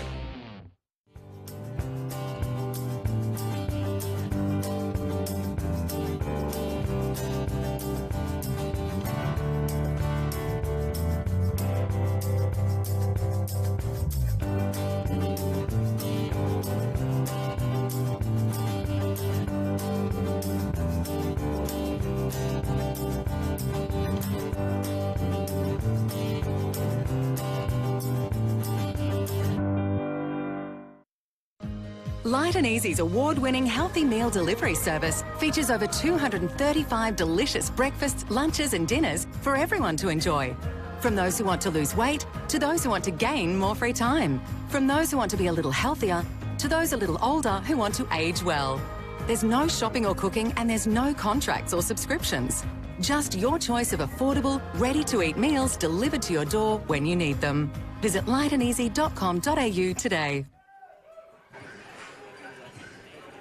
A good crowd on hand here in Melbourne. More beer bats. And the heart of the order, the big bats for the Melbourne Aces. Jake Skoll leading off the 5th as he grounds that one into his leg for an 0-1 count. So you get to keep that beer bat. You take it home, Yeah. and would you drink out of it at home, like in your lounge room or kitchen? Either that or you just, put it up on your wall as a Right. trophy. Okay. That's what I have. I have a South Bend Cubs beer bat from when they did it. But you don't drink out of it? No, it's No, it's in my trophy case. Okay. It's a memento. Yes. I'll have to get some kind of Canberra gear, and I can have a little Cole Roederer trophy case. It is one of the great things about this league, as you attest to, is that you can see these guys play in the minors and even the majors, and then you see them here, and really, really keeps you kind of locked in globally. 2-1 now as the slider misses outside. You know, like you're in Melbourne and you're calling guys that you saw play in Indiana or wherever. And it goes both ways, because even Jack Fox for the Aces, he was in college with a friend of mine, Jill Guerin, who's the voice of the Visalia Rawhide, and she saw one of my clips or one of the highlights or something, or just keeps in touch with Jack. I forgot how it came into play, but we were talking, and she told me, hey, you know Jack Fox? Yep, great. Worked with him in college. It's a small world, baseball. 2-2 hit up the middle, right back at Gailey, who makes another nice play, on to first for the out. That was nothing for Gailey after making that one play earlier this game. He was going to take his head off. Yeah, you feel the missile of a comebacker like that, a little ground ball, even a hard hit one like that from Skoll seems pretty easy. So Skoll 0 for 2. Gerald George is 1 for 1, and he has been unstoppable in the short amount of time he's played at Melbourne Ballpark this season. It's been a blast to watch over the years, obviously, as we saw the tribute to him earlier. First pitch, hits it out to short. Easy play for McKenzie. Throws it to first for the second out. 10 years with one organization, over 300 games. Excuse me. And some big hits, big moments, and a great guy, like a superb individual as well. Truly one of the best baseball guys to just be around. Yep. Robson, another guy like that. Aces really just have a good team, a lot of good character on this squad. First pitch to Robson's a looping slider that catches the outside corner. A really tough pitch from Gailey. Great pitch. Guy who has pitched just about everywhere. Atlantic League, minor leagues, and now here in Australia, as that is launched out to deep left center field, and that is going to be caught on the warning track by Cole Roederer. Looked for a second like Robson was going to leave the yard, but instead it's a 1-2-3 inning. A really quick time for you in the broadcast booth with us, but we loved having you, Ed. Thanks for having me, Josh. We'll see you soon. We'll see a whole lot more of Ed this series, and you'll see more Aces baseball next on Aces TV.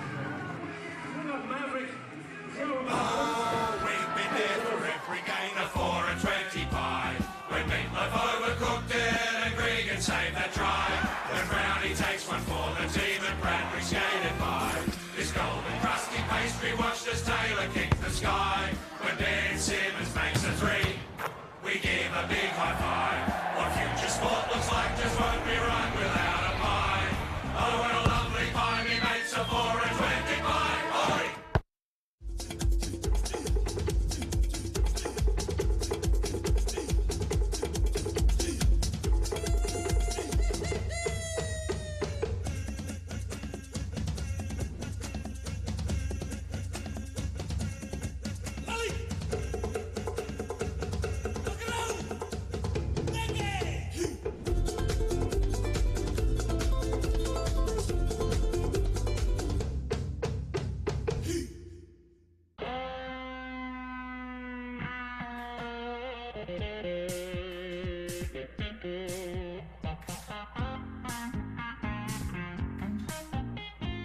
One Love is there for the moments with the people you love the most. To share the highs and the lows together. It's the one for all people, all times, and all places. Brick Lane's One Love Pale Ale. It's the one for all. A true pitcher's duel here in Melbourne, and we've got a packed house for it. Still scoreless here in the 6th inning. Josh Sperber, and I'll welcome back Aussie Mike to the broadcast. Yeah, it was a nice little inning break there. It was quick. I mean, both pitchers getting quick outs. Both defenses behind the starters have been great. And, you know, you mentioned coming back on air. This is absolutely a pitcher's duel. And what's cool about it is there's only a combined 5 strikeouts between the two starters. So it's really a battle of both defenses making the plays behind their pitchers. And, you know, right now 1 or 2 runs might win this game. And still more strikeouts than hits, which is that much more remarkable. As Warner pops this one up and that's going to go behind the plate into foul territory. And the Aces are getting some good swings against Gailey. You saw in the last half inning, Jacob Robinson drove one deep to left center field, and just a nice play out there by Roederer to run it down. But if the wind wasn't blowing in like it is tonight, I mean, that ball under a lot of other circumstances in the ballpark would have been out. Well, that one ball that was just hit by Cam Warner was out, but foul, so it's a nice souvenir for a young Aces fan as Mincy misses outside 2-2. But off the bat, I thought that Robson ball was going to leave. I really did. 2-2. Just missing outside. Another close call, but Stuart Howe stands pat as it's a payoff pitch coming now to Cam Warner. Foul tip into the glove of Ryan Lavarnway, and Warner is down on strikes. Cody Mincy gets another strikeout, his second of the day. Well, that's great to see, especially to start the inning off, keep that leadoff man on. He's worked around traffic on the bases in each of the last 3 innings, so good to see him get that leadoff man on, set the tone. And then just to your point about the ball Robson hit, it did sound like it could have gone off the bat, and he's had 2 really good at-bats against Gailey. He's had the 2 hardest hit balls of the night for the Aces. And on the flip side here, Mincy hasn't given up a lot of hard contact. 1-0 pitch, and it's 1-1. He has given up 3 hits. He's struck out 3 batters. Another gem coming for Cody Mincy. Now the 1-1. And time is called a bit late as Mincy was already in his windup. Yeah, that's not an ideal for a pitcher to have to break his motion to the plate right there. You know, if you're going to call time, obviously from the pitcher standpoint, you want it done a lot earlier than that. 1-1. Bouncing into the glove of Lavarnway, 2-1. And a break already for Canberra coming scoreboard-wise as Adelaide has the first finalized victory of the day, a 4-2 win over Auckland. And Lavarnway and George giving chase towards the Canberra dugout, and it's Lavarnway who ends up with it, 2 down here in the 6th. So casual with it right there. I mean, that was smooth. And I give Lavarnway a lot of credit hopping behind the plate tonight. I mean, this dude flew halfway across the world yesterday. His flight got in somewhere around 9 or 10 in the morning. Nick went to pick him up at the airport, brought him right over to the ballpark. Less than 2 hours off the plane, he hopped into an interview with me, which, you know, that interview is now up on all Aces social media accounts if you want to check it out. And now he's catching a game tonight. He was there at 5. He was there for the 5 p.m. training session yesterday, and told me he stayed up all the way through until 9 p.m. last night before he went to bed. So hopefully he got a good night's rest. But I know I wouldn't be behind the plate today after flying across the world yesterday. And an 0-2 count as Mincy's breaking ball catches the outside corner. Yeah, I mean, we saw this. We said the same thing about Jake Skoll when he came in for the Brisbane series. 0-2. High and inside, some chin music pushes Pugh off the plate, and it's 1-2. Yeah, we'll see if that fastball up and in sets up maybe a breaking ball or a cutter low and away. You know, change the eye level. And Pugh fouls this one down the right field line. Skoll giving chase. He's going to let it hit the roof above the batting cages, 1-2. Yeah, it really it blows my mind. I mean, I remember coming into this ballpark a zombie coming off the flight, but you look at Jake Skoll and Ryan Lavarnway, a day or 2 each removed, and coming right in and making an impact for the Aces. 1-2. Hit high in the air down to right field. Skoll giving chase. Osborne giving chase. It's in foul territory now, and Skoll dives into the netting, but is unable to come up with it. Well, heck of a run from both those guys down there, and Skoll really giving up his body there, and good thing the net was there, and he knew the net was there to brace his fall. Take a look at the replay. Yeah, that's a good thing. Good thing that net was there, though, but looks like he's all good. You got to love these guys putting in the effort. Mm-hmm. Those hustle plays are always important for a team. Still 1-2. Outside on the slider, 2-2. Oh, in a game like this, I mean, the outs mean so much. With neither team doing much offensively, the pitcher's duel, how much this game means for both teams to get a series opening W with the positions that both teams are in right now. 2-2 again, and time is called again. It's the second time in this inning we've seen a time called when Mincy was in his windup. Yeah, that's another one. Now Cody will take a second to regroup. That is not ideal at all. And Yeah, for a pitcher, I mean, that's a situation that could lead to an injury. Here's the 2-2. Hammered into left center field. Robson giving chase, diving, and it goes under his glove. It's going to be the first extra base hit of the day as Pugh is going to stand up at second base with a 2-out double. Robson close to it in the field, but that ball hit just well enough by Tillman Pugh. And what an effort by Robson out there to even get close to it. I thought that ball was straight in the gap. I didn't think he'd get there, but it hung up a little longer than I thought it would. Full extension, he almost made that catch, and that's a situation where you can lay all out. Nobody on base, 2 outs. You got Whitefield backing it up. And, you know, if it's down, it's going to be a double one way or the other, whether you dive or not. So a great effort there. And now, it looked like Tillman Pugh chucked his batting gloves, and third base coach had to go grab those.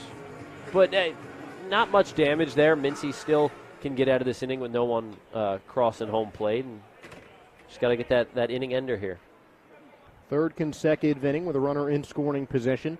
No runner for either team has made it past second as this one is popped into left field. Robson won't have to dive for this one. He'll make the grab standing up and end the inning. So, a 2-out double puts a scare into the Aces, but still nothing coming across. We're in a scoreless ball game heading to the bottom of the 6th. Keep it locked here on Aces TV. For over 40 years, All Green Nursery has been providing the communities of Melbourne's western and northern suburbs the best advice and results for their gardens. Our retail centre, indoor plant space and expansive nursery floor showcases over 150 varieties of vibrant plants, most of them grown locally right here in Werribee South. We have qualified horticulturists on site to help assist with all your gardening needs, and our home decor section is stocked with a full range of quality options. All Green Nursery, your local plant nursery and garden centre. Visit our sites in Hoppers Crossing and Epping.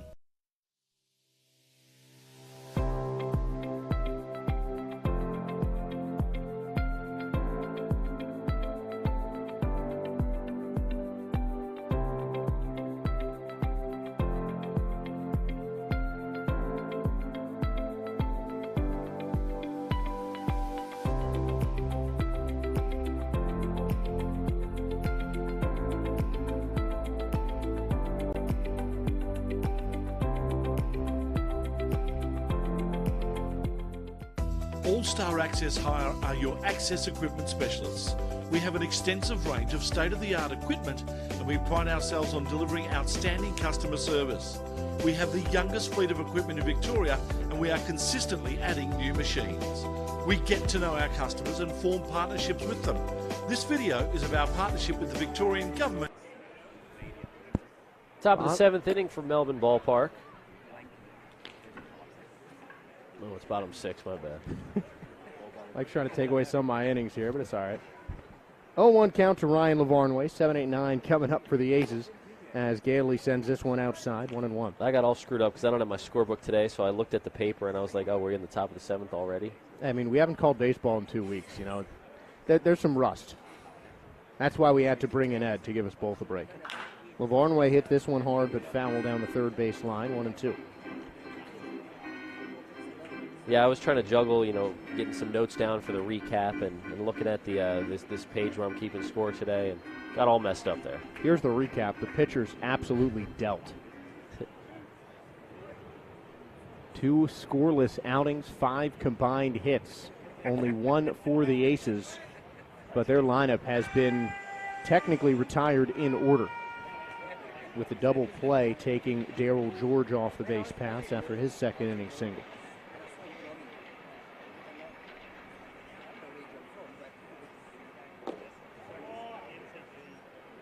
Pitch low, and it's a full count to Lavarnway. He grounded out in his first Aces at bat. 0 for 1 in his Aces career, but a guy with 9 home runs in the big leagues. As he pops this one up over to the first base side, it's Quitzer who's going to tail into foul territory to make the catch for out number 1. So once again, it's the pitchers in control. 1 gone in the 6th to bring up Jared Dale. Dale struck out in his first plate appearance back in the 3rd. playing at second base tonight, where he played most of his minor league season last year, primarily for the Fort Wayne Tin Caps. Middle infielder in the Padres system is Dale, as he ropes this one into right field, and that's going to drop for a base hit. Garbella can't get there, so Dale's going to motor around first base and stand up at second with a one-out double. The first extra base hit of the day for the Melbourne Aces comes with one out in the sixth. And now for the first time, Melbourne's got someone in scoring position. That's huge. Gailey had allowed just one base runner. It was that one-out single by Darryl George in the second up to this point, and Dale just puts a really good swing on that ball. Took it to the right center gap, and Garbella didn't take a very good route to that, as you see on the replay. He didn't really get the angle he wanted, and that allowed the ball to roll all the way to the wall, and the Aces took advantage of it. We'll see if they can continue to take advantage of it here with just one down. And a good job by Roeder on the backup to prevent Dale from turning that one into a triple, because he certainly has the wheels for it. But a one-out double to bring up J.D. Osborne, who has been nothing but clutch for the Melbourne Aces. The first pitch, outside, ball one. Osborne, though, 0 for 1, lined out to first his last time up. He has had a couple of big hits. 2 of his 4 RBIs in a game against Perth were all with runners in scoring position, all of them in tight games. He has come up big when the Aces have needed him to. Aces also appear to have some action in the bullpen. Looks like John Kennedy is beginning his warm-up process for Melbourne. Now the 1-1. Grounded to third by Osborne. Dale will stay at second. It's a tough play for Warner. Go on a hop, and Osborne's out. A delayed advance for Jared Dale, and the shrewd base running pays off.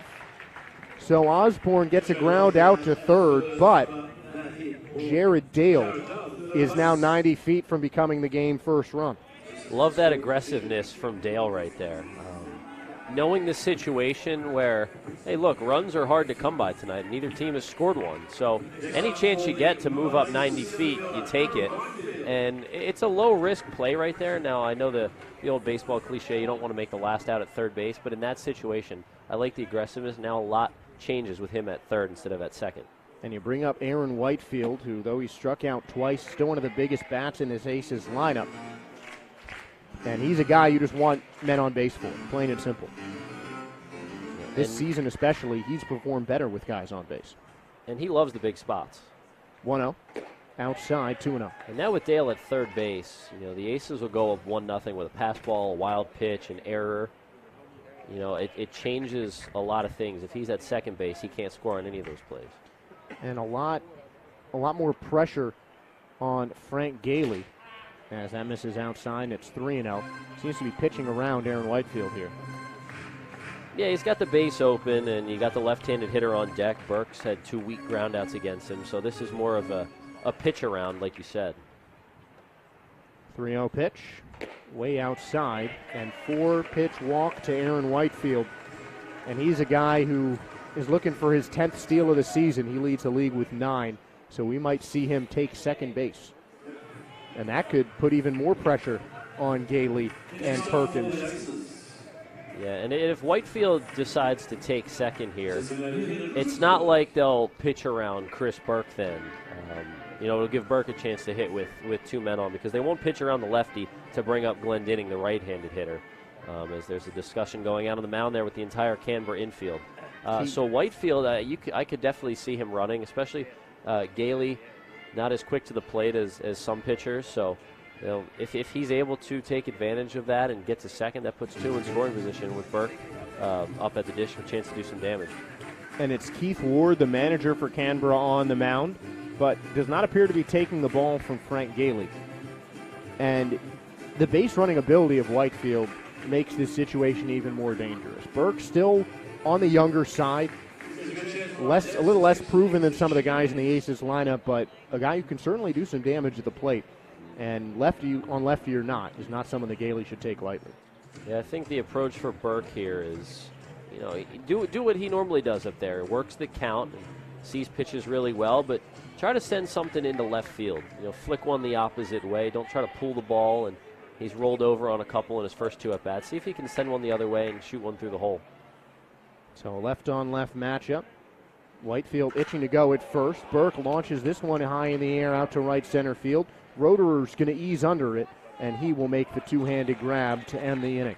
So the Aces get the most action on the base pass they've seen all night, but will leave 2 stranded, and the shutout is preserved heading into the 7th inning. The Aces get a double, but leave a pair on base. Scoreless ball game here on Aces TV. Aussie gardeners are best served by Aussie tools, built specifically for our unique environment and conditions. Back in the 1890s, Leonard Chambers and William Thompson started a beekeeping supply business in Melbourne. Little would they know that their company would go on to change how Australians garden for well over a century. Cyclone is ingrained into our country's history and our way of life. Our tools are long-lasting and purpose-built for hard work. We've been making quality tools for over a century. They last that long, you can hand them down to the next generation. Good, quality, honest product that the Australian people have grown to love. It's not an Aussie shed without a cyclone. My biggest takeaway of being here for 34 years is just a sense of pride in the product. Australians buy good products.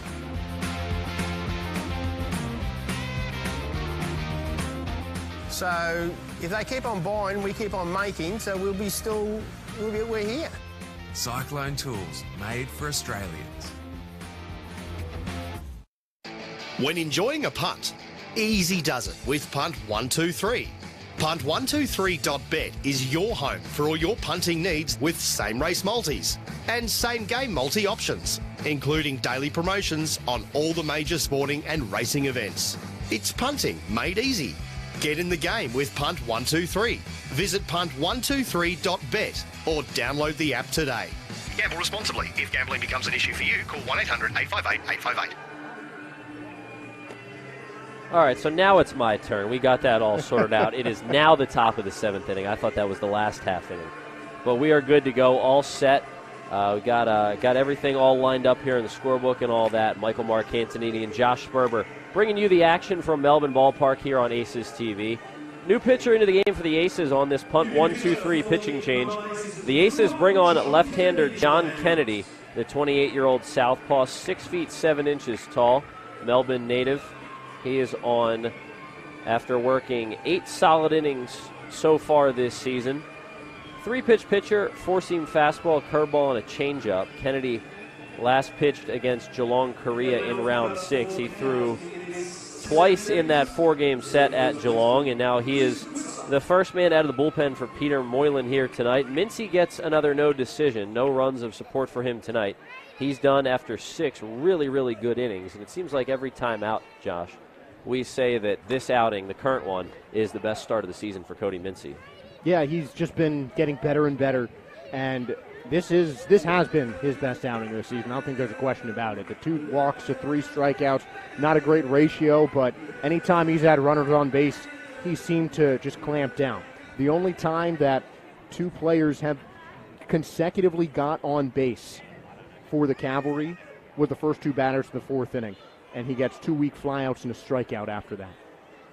John Kennedy, the pitcher of record in the game for the Aces right now, as Mincy is officially done for the day. He was really good in his 6th start of the season. Mincy threw 97 pitches, 60 of them strikes, and he continues to be a strike-throwing machine. 6 shutout frames for Cody. He has now given up just 1 earned run over 12 innings in his last 2 starts. Swing and a miss there. Kennedy has the count 2-2 on the left-handed swinging Chris Quitzer. But how about this, Josh? Mincy's ERA is down to 2.41. He has been exceptional for the Aces this year. There's been a lot of good starting pitchers. You've got to put Mincy up there among the best in the ABL this season. Continues to give the Aces exactly what they need. But run support has been one thing that has not helped Cody this year. Now in his 6th start, he has gotten just 18 runs of support, just 3 runs per game, and 10 of those runs came in 1 outing. 2-2, chopped on the ground to second. Jared Dale's right there. And Kennedy has the leadoff man here in the 7th, a big start to his night. Hey, I like the idea for Moylan starting out Kennedy against a lefty. That really nice sweeping slider is difficult for left-handers to hit, and he really tied up Chris Quitzer a couple times and ended up, after a hard-fought at bat, a little weak ground ball out to left, or out to short, out to second. I can't even think straight. Here's Giovanni Garbella, great Italian name. I wanted to say that his first time up when I was on play-by-play, but he swung at the first pitch. I didn't get a chance to say it, but that is a fantastic name. Now, of course, I'm biased being Italian. My last name's Mark Antonini. I mean, they do call me Aussie Mike, but I've got the Italian roots. Peel down to first, and they're going to say he went around. We got to take Giovanni over to Lygon Street. He'd love it over there. Oh, he'd run that place, for sure. I was talking with Ed on the broadcast. I've been there the last 2 Wednesdays. That's my new weekly spot. Swing and a miss. Told Ed every week now, going to find a new spot to eat dinner and find a new gelato spot. You just got to hit as many spots on Lygon Street as I can. I'll see you there, bud. We'll probably end up taking the train together. So we'll see you before. I'll see you before we get there. Chopper out to short. Glendinning waits back on it. 2 up, 2 down for Kennedy. I'd say we've done a good job of exploring the Melbourne food scene recently, and I know you more than any. I mean, you're a big foodie. Yeah. You diversify your the foods you eat more than I do, but a lot of good food out here in Melbourne. Yeah, I mean, it's great because there's just so many different cultures in this area. There's so many different types of restaurants, and I love having, being able to say, I'm eating one food from every continent, like, in a week. Yeah. Yeah, it's awesome. So if any Aces fans tuned into the broadcast want to throw out some food suggestions for us, we are all ears, so slide in our DMs on Twitter, Instagram, whatever it is, Facebook. Looking to hit all the food spots we can. Line drive up the middle, deflected off the glove of Kennedy into center. So just the 5th hit of the game for the Cavalry and just the 7th overall. And Jared Dale had a chance at it at second base. We're going to see right here that looked like it skipped off of the lip of the dirt. Just right in front of the dirt, took a weird hop in front of Dale, so he wasn't able to field it cleanly. And it's a 2-out base hit for Sam Kimorley. It actually might have missed Kennedy's glove now that I see the replay. If anything, maybe clipped one of the strings. But a 2-out base runner as Kimorley's on for he's been on all 3 times tonight, a walk and 2 singles. So he's the only batter who hasn't made an out tonight. Back to the top of the order for Jake McKenzie, who's off to a really good start to his ABL season. More walks than strikeouts this year. 18 walks, 16 strikeouts. Really good numbers there, and the guy who puts the ball in play, and you see why he's at the top of the order for this Canberra team. Yeah, you want a guy who has speed, which we've seen from McKenzie, and a guy who can get on base, which we haven't seen as much from McKenzie other than the fielder's choice. But you look at the course of the season, he's been one of the best run producers for Canberra this season. 18 runs scored, leads the team. This is a Canberra team that has a .308 team on base percentage, but McKenzie's on base numbers at .410. So 2 balls, 2 strikes, 2 outs. Kennedy looking to work a scoreless 7th and get the Aces back into the dugout with a chance to take the lead in the bottom half. Runner goes. Kennedy's got him picked. Throw down to second by Osborne's a good one. Glendinning with the tag, and the inning is over. 1-3-6 on the inning-ending putout, and Kennedy does work a scoreless 7th. So we'll head to the bottom half after this. Aces looking to jump on the board. Just 2 hits for Melbourne so far, but that could change in a hurry. Scoreless through 6.5. Time to stretch at Melbourne Ballpark. Keep it locked right here on Aces TV.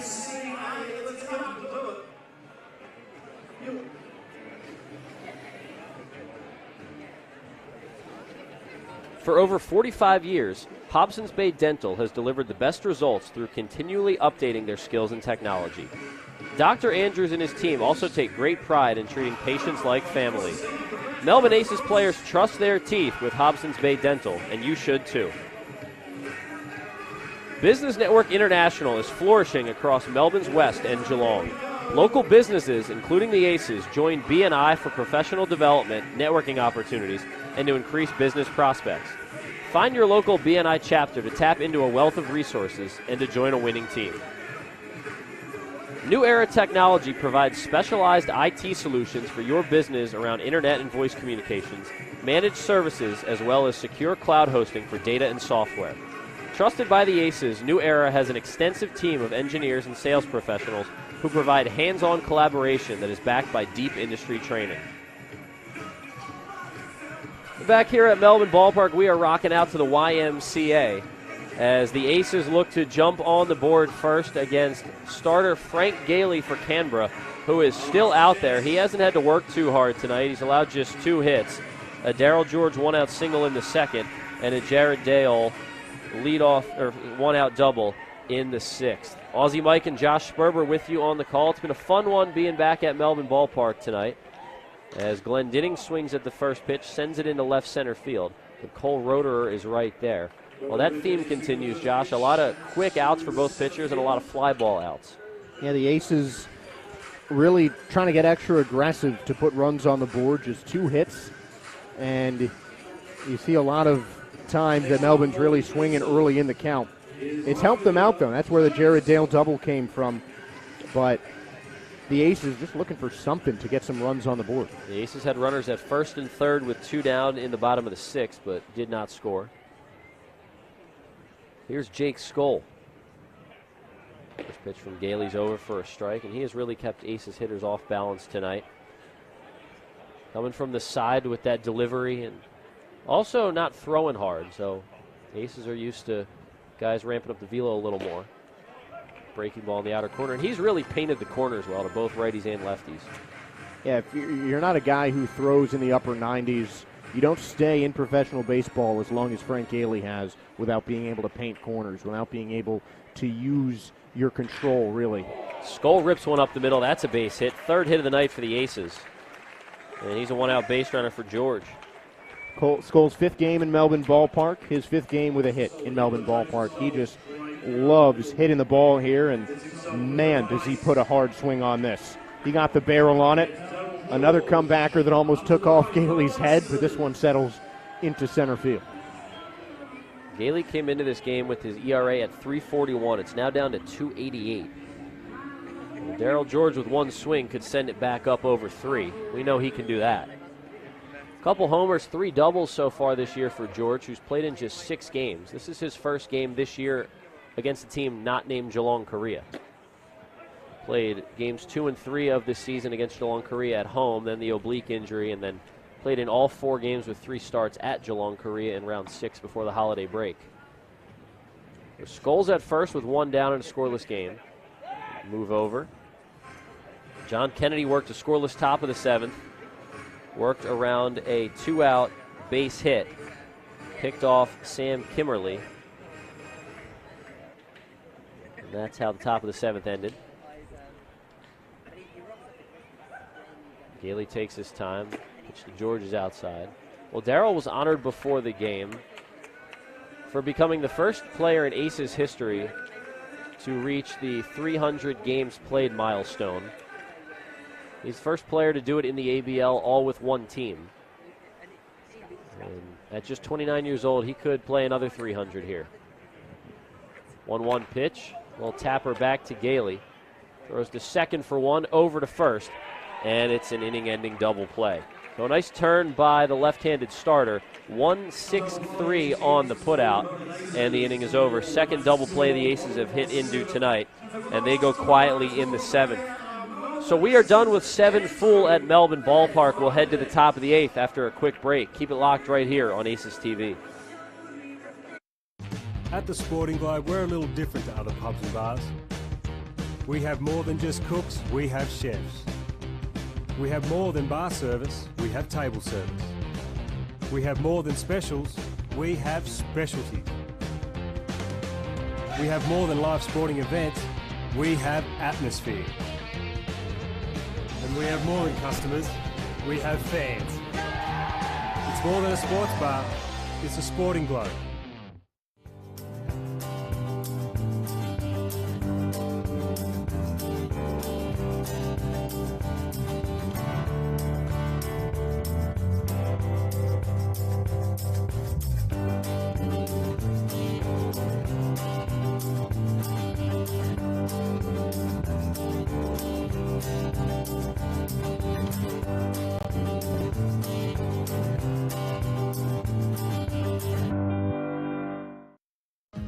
Light and Easy's award-winning healthy meal delivery service features over 235 delicious breakfasts, lunches and dinners for everyone to enjoy. From those who want to lose weight to those who want to gain more free time. From those who want to be a little healthier to those a little older who want to age well. There's no shopping or cooking and there's no contracts or subscriptions. Just your choice of affordable, ready-to-eat meals delivered. Another pitching change brought to you by our friends at Punt 1, 2, 3. It's Evan Rutsky coming into the game. 2 lefty relievers for Melbourne after a scoreless inning from John Kennedy. So here is Rutsky, second lefty of the game for the Aces. We did it again there, didn't we? Yep. Yeah. I just realized that in the middle of... We're all messed up. Man. I'm all messed up here. Our normal rotation of 2-2-2-2-1. We definitely threw me off there, but I guess we can blame Ed. You got the 9th. I'll take the 8th if that's all cool. Right. I'm telling you. Stick with the plan. I'm all messed up here. The game's moving too fast, you know. Yeah, pitcher's duel here tonight. Frank Gailey, 7 scoreless innings. Meanwhile, Cody Mincy, 6 scoreless, and John Kennedy, a scoreless 7th, as the shutout continues here into the 8th. Evan Rutsky chucking his warm-up tosses. Just 8 combined hits in the game. 5 for Canberra, 3 for the Aces. The 3 Aces hits: Darryl George, a single in the 2nd, Jared Dale, a double in the 6th, and Jake Skoll, a single in the 7th. For Canberra here in the 7th, it's the top of the order: Mackenzie, Roederer, and Warner. And as Josh mentioned, the new pitcher is Evan Rutsky, who comes on for the punt 1-2-3 pitching change.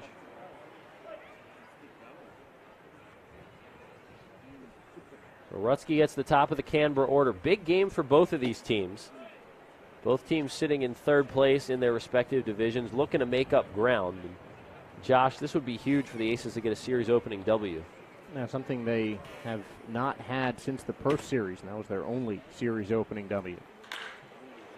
There's a fly ball, medium depth and right. Skoll moves over, makes the grab, and there's a quick first out for Rutsky here in the 8th. And that's what you want for Rutsky, particularly with a left-hander coming up. Just a nice quick out. Not too dangerous of a ball hit off the bat of Jake McKenzie. Easy play for Skoll, easy out for Rutsky, and a good start. That brings up Cole Roederer, the center fielder. Well, Roederer defensively has put his fingerprints on this game. Tracked down a ball that Jacob Robson hit to the left center field gap a few innings back. Made the grab at the wall. That could have gone for extra bases. But Roederer made the grab, and part of the reason why we're still scoreless. Now, Robson hit that ball with 2 down and no one on, so you don't know if, even if it had been an extra base hit, if the Aces would have scored, but it would have been a good scoring chance. And again, the wind kind of knocked that ball back in the ballpark. It looked like a really hard hit ball, but to a really deep part of Melbourne ballpark. Rutsky pitched twice in round 6 at Geelong, Korea. His most recent outing was on December 18th, a scoreless inning, threw just 11 pitches, added a strikeout to his totals for the year. Next pitch, flip foul. Well, both of these teams come into this game really needing a series win. Now, for the Aces, they are 2-6 in their last 8. Canberra 1-7 in their last 8. Both teams lost 3 of 4 in round 6. The Aces at Geelong, Korea. Canberra at home against Brisbane. Canberra was outscored 28-14, and they scored 3 runs or less in 3 of the 4 games against Brisbane, as Roederer goes down swinging, 2 up, 2 down for Rutsky. Meanwhile, the Aces played a handful of low-scoring games. They were outscored just 17-15 in the 4 games at Geelong. Some really tight games there. And just a couple pitches here or there was the difference in that Geelong series, looking to turn things around here against Canberra. And Canberra getting some help with Auckland falling to Adelaide 4-2 in one of the first games of the day. Rutsky looking for a 1-2-3-8. Here's Cam Warner, the third baseman.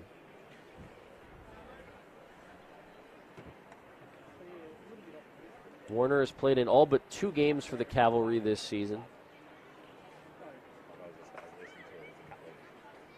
He's played a really solid third base today. A couple diving stops, taking away hits. The one that play he made on Robbie Glendinnings's chopper in the early innings was a really nice play to help Gailey work the 1-2-3 inning at the time. You can't have a pitcher's duel without good defense. Both defenses have had to be on their toes all night. Rutsky misses with that one.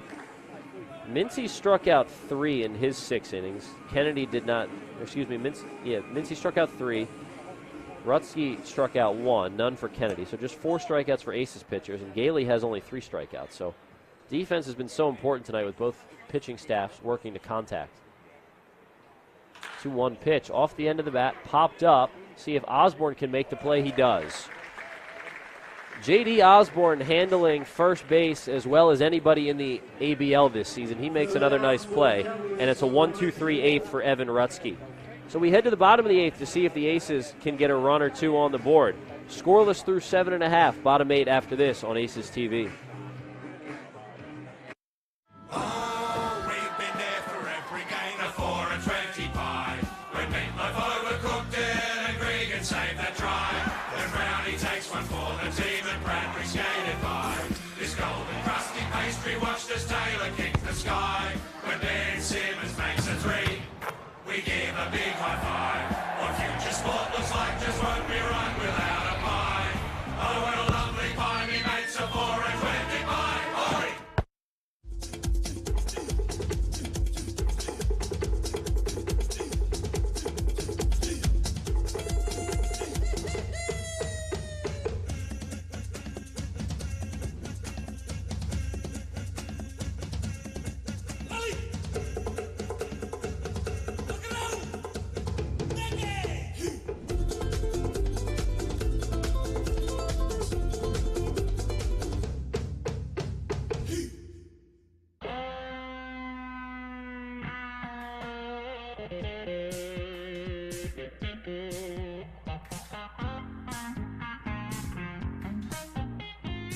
One Love is there for the moments with the people you love the most.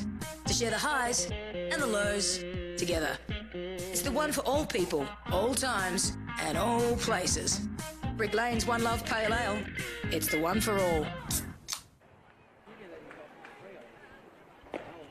Jacob Robson leads off the bottom of the 8th for the Aces as they look to crack the scoreboard for the first time tonight. No score through 7.5. No runs on 3 hits, no errors for the Aces. No runs on 5 hits, no errors for the Cavalry. And a really good pitcher's duel between Frank Gailey, Cody Mincy, and the Aces bullpen tonight. Mincy worked 6 shutout innings. John Kennedy a scoreless 7th. Evan Rutsky a scoreless 8th. And here's Cavalry starter Frank Gailey, who's back out for the 8th. He threw just 82 pitches over the first 7. He has been really good tonight, allowing just 3 hits, 2 singles, and a double. Robson's had 2 really good swings against him.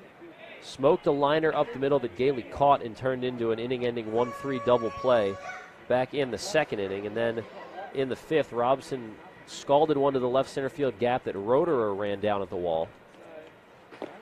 Frisbee of a slider there from Gailey, that misses. And it's 2-2 on Robson. And that liner in the 2nd almost killed him. I mean, it was self-defense for sure. That's an absolute rocket of a line drive. He is, as you said, Mike, just hit the ball really hard tonight. Swing and a miss. 4 strikeouts now for Gailey. He's walked just 1 and allowed just 3 hits, so he has done a great job keeping the Aces off the base pass. That's his first strikeout since the 4th. He seems like he's getting stronger as the game has gone on, and here's a guy who has been around a while, 37 years old. In his last few outings, in his last 3 outings before tonight, 7 innings, 4 2/3, 5 2/3. His 3 outings prior to that, 6, 5, and 6. So he is a guy who can go deep. Lavarnway swings at the first pitch, sends one to the right side, and it's the second baseman, Kim Orley, who makes the grab. Yeah, in the battle of probably the 2 oldest players in the league, it's the pitcher who wins.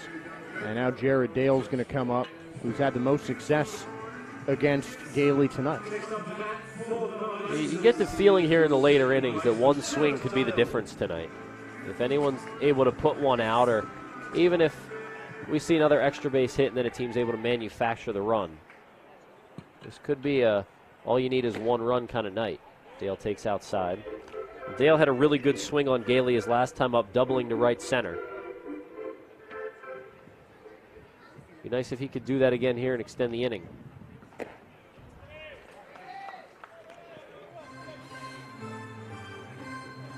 See a bit more patient of an approach from Dale in this at-bat after he swung at the first pitch and had the only extra base hit of the game for Melbourne. Counts 3-0 on Dale. Gailey started his professional career back in 2007. He was drafted in the 23rd round by the Toronto Blue Jays that year out of Archbishop John Carroll High School in the Philadelphia area. 3-0, make it 3-1. Now, I looked at that before the game. I didn't realize Gailey was a Philly guy, but where he went to high school, that's no more than 20 minutes from where I grew up. So we both got those roots in the Philly suburbs. Played his college ball at Westchester University. There's at least one other Westchester guy in the ABL. Nick Ward of the Adelaide Giants played his college ball there. Love seeing the Philly connections, you know what I'm saying, Josh? Even the Westchester has a bit of a connection for me when I worked at Lockhaven. Yeah. Westchester spanked them in football in one of the games that I was working. Love seeing Philly on the hometown. Dale rips one into center. That's down in front of Roederer. He plays it on a bounce. So that's Dale's second hit of the night. He's 2 for 3. There may not be many of us, Josh, but there are a couple 2-3 Philly Johns here in the ABL. Did you say that because Dale's 2 for 3? I needed an excuse to mix that in one way or the other. Yeah, we knew it was going to happen. But Dale, the only player with multiple hits in tonight's game, has really swung the bat pretty well. Roederer was close to making a play on it, but chose to just stay behind it for the safer fielding play. And now the Aces have a base runner with 2 outs. So here's the 9-hole hitter, J.D. Osborne, one of the most fearful 9-hitters in the league. A middle-of-the-order guy down in the 9 spot tonight, just showing you the length of this Aces lineup and how much damage they can do. 1 through 9, no easy outs. So Osborne up with the go-ahead run at first. 2 down here in the bottom of the 8th against Gailey, who's still out there.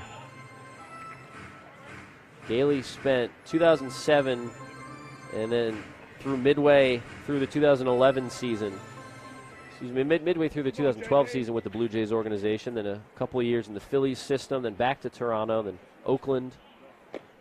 And then he's been on the independent circuit since 2015. I mentioned earlier in the broadcast 3 years with the York Revolution in the Atlantic League, where I spent the 2018 season. And Gailey's a fan favorite there. 5 years now with Canberra. Also spent a year in the Dominican Winter League. He's been around. I know you called him kind of a legend over in New York.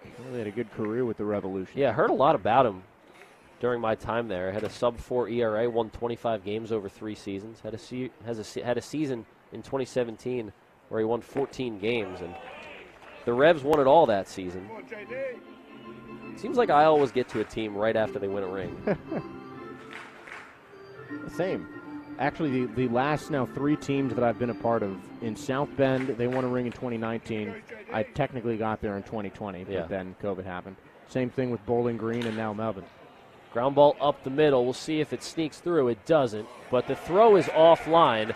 Dale hesitated, and now he's caught in the middle as he tries to get from second to third. Throw in the dirt. Dale's caught in a rundown as he tries to get out of it to extend the inning. Well, there's a dive from the second baseman, Kimorley, and he's able to get Dale. Wow. So not the way you wanted the inning to end there. The Aces could have had first and second, but instead the inning ends as Dale gets caught in the pickle, and the Cavalry are able to execute the rundown and get out of it. So we've played 8 full in Melbourne, still no score. We'll see if the Aces can keep the Cavalry off the board in the top of the 9th and then win it in the bottom half. Josh will take back over on the play-by-play after this on Aces TV.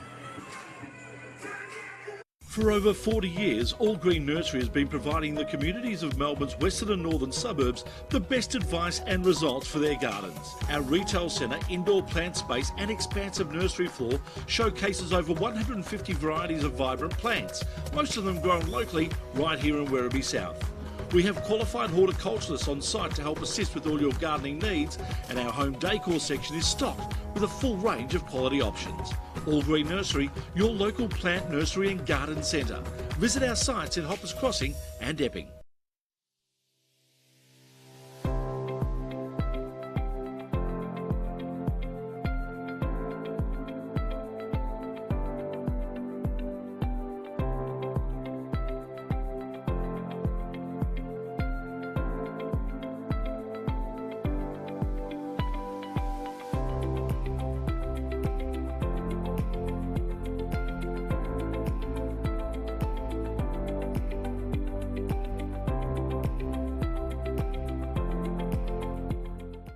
All-Star Access Hire are your access equipment specialists.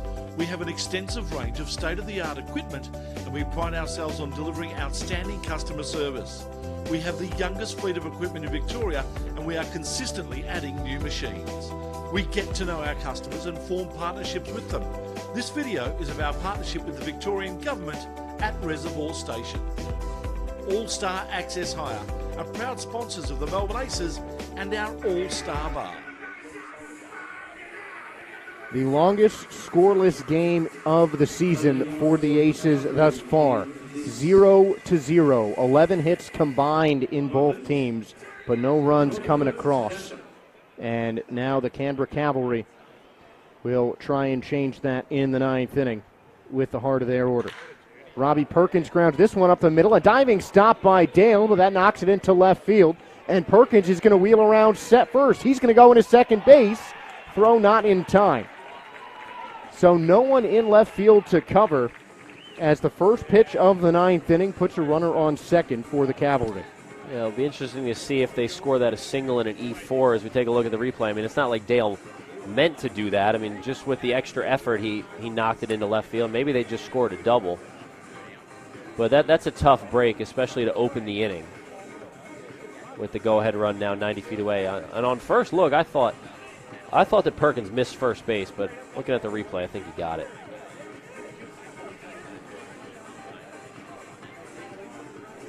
And a close call at second base, and that prompts a mound visit from Ryan Lavarnway. Two guys with almost 20 years of minor and major league experience over in the United States, as Rutsky spent 8 years mostly in the Yankees system. So, for Perkins, it's a leadoff hit. We'll see if it's a single or a double. Either way, it's the seventh hit of the ballgame for Canberra. And Tillman Pugh will bat with nobody out and a runner on. Small ball as it goes right to Lavarnway. A nice sacrifice as Lavarnway spins and throws to first, and he's out.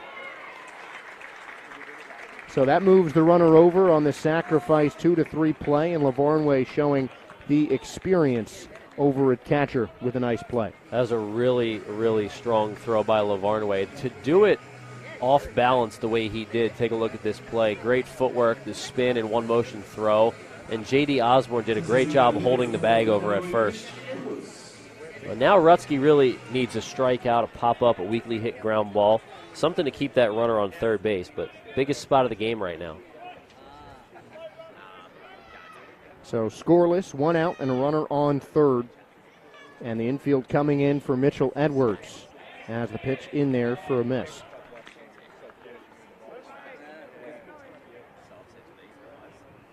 So 1-0 the count. Aces still have the top of their order coming up in the ninth.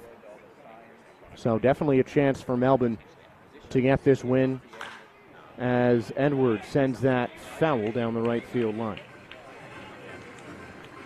Still scoreless. This is the first time that we've seen a runner on third for Canberra. Jared Dale in the last inning was the first runner on third base at all, which is just remarkable, and it shows how strong these pitchers have been for both sides. I mean, it's been a fun one to watch. I mean, if you're a baseball fan, then this is good baseball. 1-1 hit high in the air into foul territory and out of play. And I don't know about you, I like a good defensive game. A lot of guys want the big barn burners, the home run after home run, but this is good baseball. I think if you're a diehard baseball fan, you appreciate the pureness of a 0-0 game into the ninth inning. I mean, it's just fun. I mean, every pitch means that much more. And Rutsky with a big pitch here. 1-2 with one out. Here it comes. High fastball, and Lavarnway scares Perkins back to third base. It's 2-2. And I'm sure that any Canberra base runners are not going to take the arm of Ryan Lavarnway lightly. If he pops up, they're looking out. Yeah, he's got a big league arm, a big league pop time back there. Now the 2-2. Wave and a whiff, strike three. A tag for safety from Lavarnway, and a big out number 2 for Evan Rutsky. Oh, that's huge. Stayed down in the zone, and even if Edwards had made contact there, he wasn't doing anything with that ball other than, going to beat it in the ground. I mean, looking at this all-star replay right here, that's a fantastic pitch. He goes with the curveball, and we know how good that pitch is, and Lavarnway doing his thing behind the plate, keeping it in front. A nasty curve, and Lavarnway showing that big league experience. Those quick diving pitches are difficult to keep in front of you as a catcher, and Lavarnway does it big time there. And now 2 outs, and we talked about Rutsky needing that big strikeout there. Boy, did he get it. That's a big pitch right there. A guy who is no stranger to the late innings, pitching in pressure situations. Aces needed that. So now a 1-0 to Chris Quitzer, who swings and misses a hefty hack at a breaking ball outside, and it's 1-1. No one has been party to more runs on Canberra than Quitzer. He leads the team in RBIs with 15, tied with Roederer for second in runs scored with 12. So 27 runs thanks to Quitzer. And I don't think any would be bigger than if he can get one here. Rutsky trying to prevent that, though. Still 2 bases open, 2 outs, and a 2-1 count now to Quitzer. Quitzer has also batted more than any player on Canberra. Today, though, he is 1 for 3. 2-1. Swing and a miss. High fastball, easy call by Stuart Howe to give that strike 2 to Quitzer. And Rutsky's tying these Canberra hitters in knots. After going with the fastball up there, I'll see if he goes with that breaking ball and tries to bury it low and away right here. 2-2 was the count that Rutsky got the strikeout in the last at bat. Can he do it again? 2-2, 2 outs. Rutsky, the pitch. Wave and a whiff, strike 3. Evan Rutsky coming up big time for the Aces. 2 straight punch-outs with a runner on third to keep the game scoreless. So it'll all come down to an Aces 9th inning. 0-0. Don't go anywhere.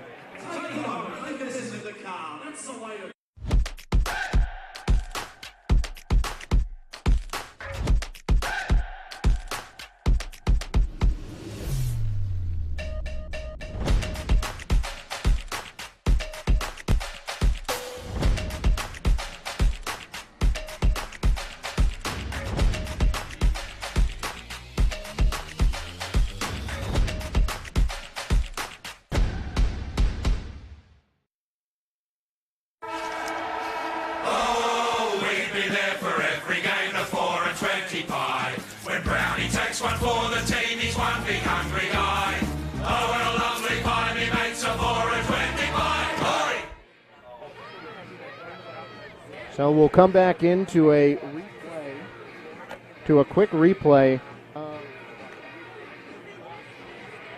of the strikeout for Evan Rutsky. Apologize for the technical difficulties there. And Rutsky, 2 big Ks to punctuate that 9th inning, as the fans still very active here at Melbourne Ballpark. And we have the first punt 1-2-3 pitching change of the day for the Canberra Cavalry. 8 strong innings from Frank Gailey. He will not get a decision. And it is Dugan Darnell coming in for the Cavalry. We'll give you a look at Gailey's line, who will not get a decision despite being the second consecutive pitcher in the game in this season to pitch 8 innings or more against the Aces. 5 hits, no runs, a walk, and 4 strikeouts in 8 innings of work after Jung Jae Young threw 8 innings in Geelong's series-ending victory against the Melbourne Aces. So for Dugan, he is now pitched in 11 games, tying Jimmy Boyce for the most among the Cavalry. He's 1-0 in those 11 relief outings, 1 save, 12 2/3 innings pitched, 10 hits allowed, 6 runs, 5 of them earned, 11 walks, and 20 strikeouts. The only game he's finished has been a save, but he's got a tough part of the Aces order to come up against in this 9th inning. Aaron Whitefield will lead off, Chris Burke on deck, and Robbie Glendinning is in the hole. None of those 3 players have recorded a hit. Whitefield struck out twice, and he walked in his last at-bat. Burke's 0 for 3, Glendinning's 0 for 3. First pitch to Whitefield misses low as Dugan starts things off with a ball. He is certainly not a guy you want to get on base. 9 stolen bases on the year for Aaron Whitefield. Now the 1-0. Breaking ball misses outside, 2-0. He walked on 4 pitches his last time up, did Whitefield. In his 6th ABL season. Couple with Adelaide and also with Brisbane in his hometown. 2-0. Hit on the ground, foul. 2-1. And a guy who in that Brisbane series, Whitefield, was partially responsible for the Aces who only win against the league best Brisbane Bandits. 2-1. Swing and a miss. A fastball gets by him, and it's 2-2. Whitefield drove in Aiden Willis with a single. Stole 2 bases. But the stolen bases didn't end up mattering too much as Robbie Glendinning hit an absolute missile of a shot. A deep ball that bounced off the wall, but ended up being recorded as a single. 2-2, high fastball, and the count's full. It was recorded as a single because Whitefield scored easily from third on the play. Aces won it 5-4.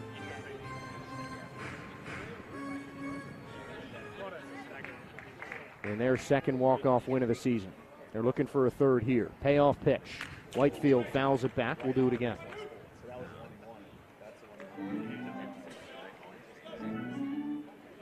Getting good contact just off the end of the bat. Timed it up well, but didn't have the location of the barrel in the right part of the zone.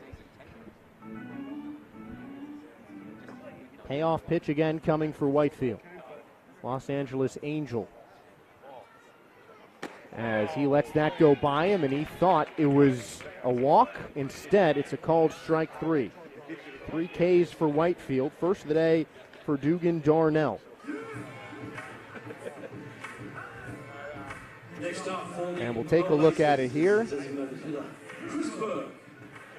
Yeah, a close call, but definitely the right one from Stuart Howe.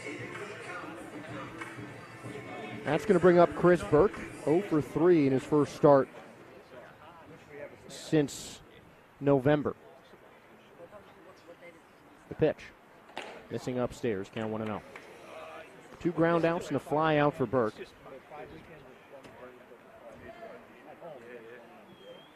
As Darnell is in his set now, he will kick and deal.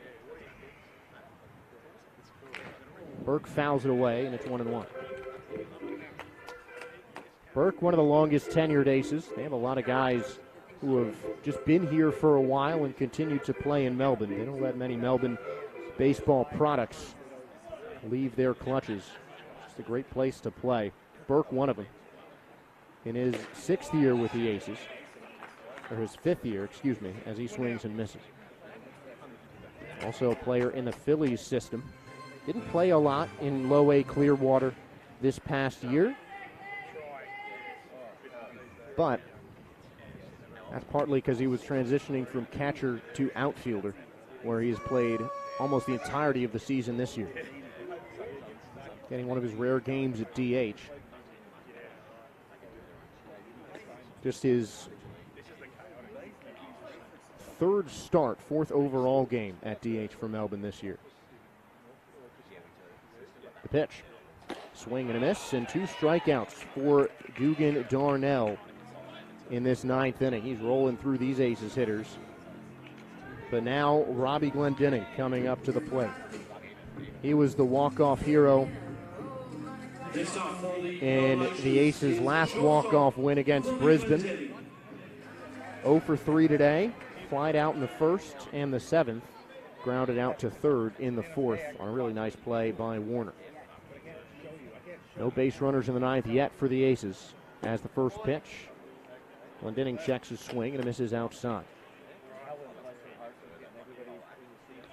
Mike Marcantonini will be having a conversation with an Aces player if they can walk it off. So stay tuned for that, but still a lot of work to do before a run is scored in this game. 2-0 to Glendinning, who has good speed, but Peter Moylan might want to think about a pinch runner. It's certainly a thought that would be in his mind, as little as you want to take Glendinning's bat out of the lineup. But it's do or die time for the Aces now. No runs scored here in the 9th.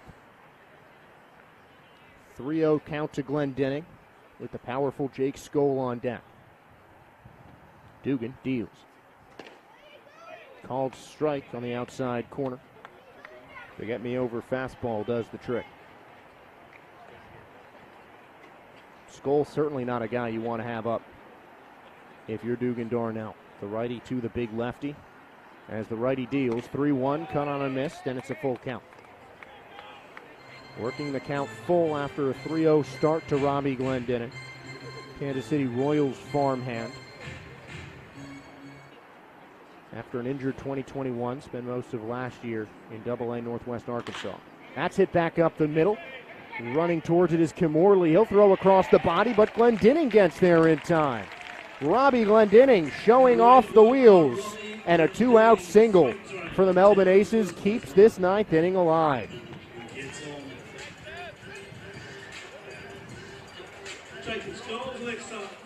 Robbie Perkins showing some signs to his pitcher.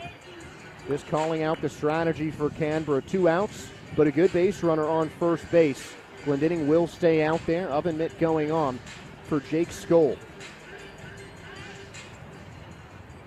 And Skoll has the kind of power to all fields where an extra base hit is certainly on the table. The outfield shifted away from the corners to try and play it off the wall as Skoll pops this one up to third base. Warner eases under it and makes the catch in foul territory for out number 3. So, we are headed to extra innings and still 18 zeros on the table. Each team scoreless and another extra inning game here at Melbourne Ballpark. At the Sporting Globe, we're a little different to other pubs and bars. We have more than just cooks, we have chefs. We have more than bar service, we have table service. We have more than specials, we have specialties. We have more than live sporting events, we have atmosphere. And we have more than customers, we have fans. It's more than a sports bar, it's a Sporting Globe.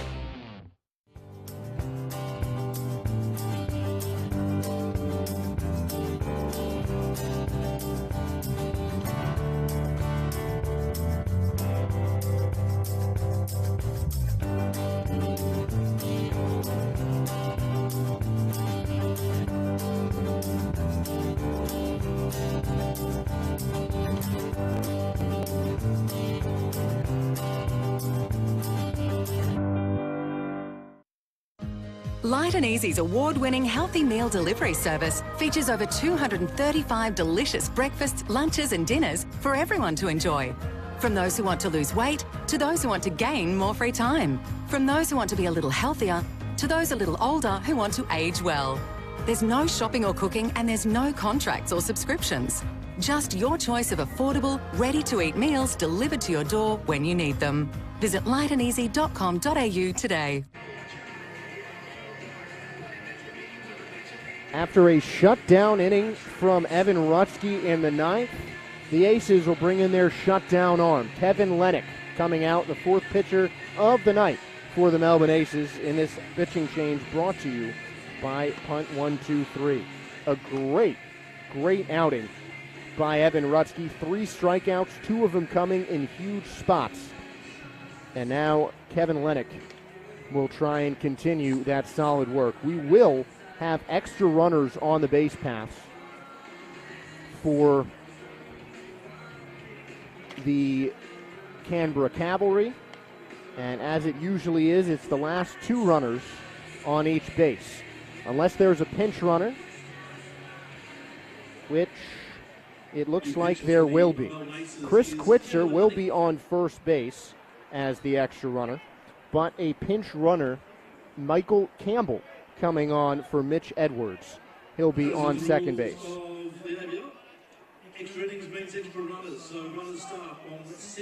And an easy change in the field as Edwards was the DH. So, 2 runners on, nobody out, and we're off at extra innings for the 4th time at Melbourne Ballpark. The bunt attempted and almost in on home plate was J.D. Osborne, but Giovanni Garbella did not lay one down. So 1-0 count. Infield in at the corners. But the middle of the infield pinch to double play depth. Mike Marcantonini joins me again on the broadcast. Yeah, Josh, what a game we got tonight. And this is where strategy really comes into play with the Cavalry deciding with first and second and no outs to bunt. A lot of teams, at least the road team, will try to hit away and see if that leadoff man can reach and keep the rally going. But Cavalry in a 0-0 game, I like the idea to bunt. Lennox firing fastballs to try and counteract the bunt. That one gets by Garbella, and it's 2-1. And you got to love the hustle of J.D. Osborne. He's running right down the line, ready to go. Maybe even to try and turn a nifty double play. So 2-1 the count. Still scoreless. The pitch. Bunt right back to the pitcher. Lennox goes to third and gets the lead runner.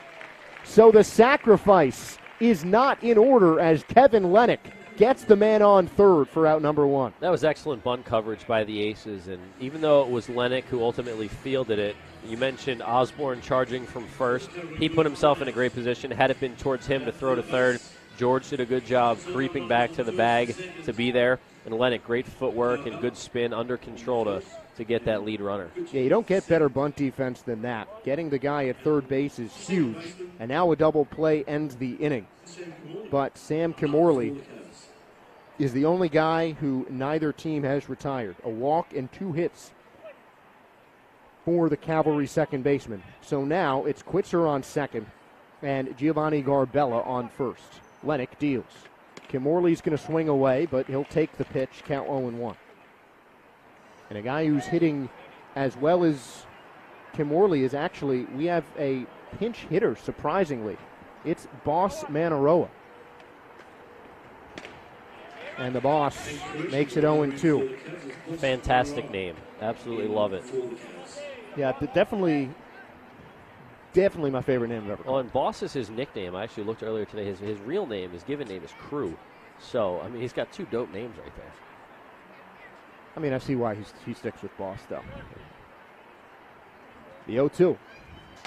High fastball, 1-2. Well, who wouldn't? I mean, that's a great name to go by. And he is listed as a first baseman.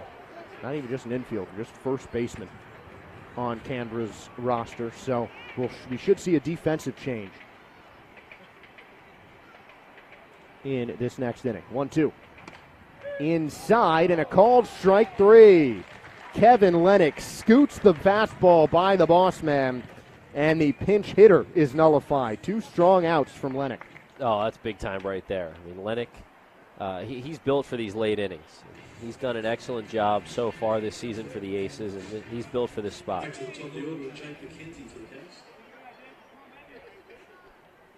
So 2 gone now, still 2 runners on, but 2 outs for the leadoff man and Jake McKenzie. He's not a guy who's going to come out of a ball game. 0-1 the count quickly to the Canberra shortstop. 0-1. Breaking ball tapped into the glove of Lavarnway on the foul tip, and it's quickly 0-2. Lennox is speedily moving through this Cavalry lineup. Love to see him finish the job here in the 9th, get the Aces back into the dugout, and let's walk it off in the bottom of the 10th. The 0-2. High fastball, some chin music keeps the game alive as McKenzie looks that away. How about a slider low and away right here, get him chasing after going up and in, maybe back him off the plate a little bit, and then give him that breaking ball. Still 2 strikes and 2 outs for Lennox. He's in the stretch, takes a look at second base, and sends it home. Just missing on the upstairs breaker, and it's 2-2. Really good eye by McKenzie.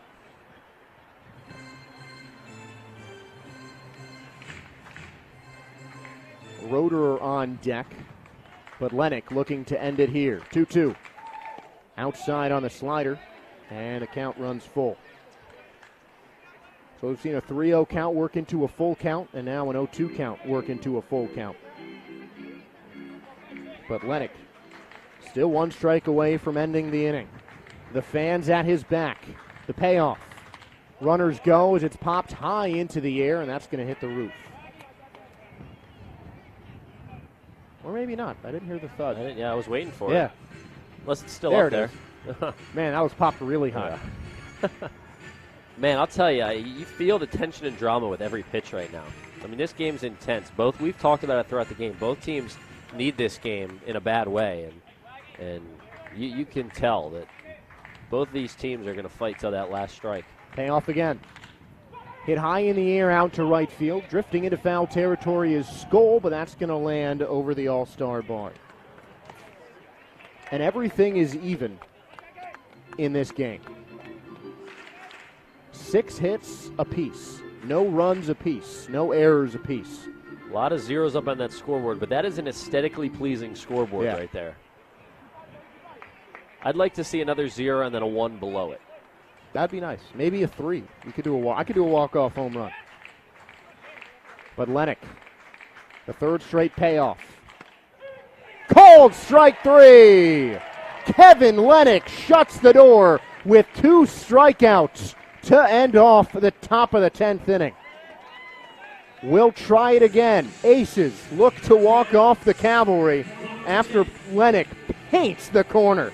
A nasty pitch, and the Aces have a chance to walk it off. Stick with us on Aces TV. Oh, we've been there for every game of 4 and 25. When Meatloaf overcooked it and Gregan saved that try. Then Brownie takes one for the team and Bradbury skated by. This golden crusty pastry watched as Taylor kick the sky.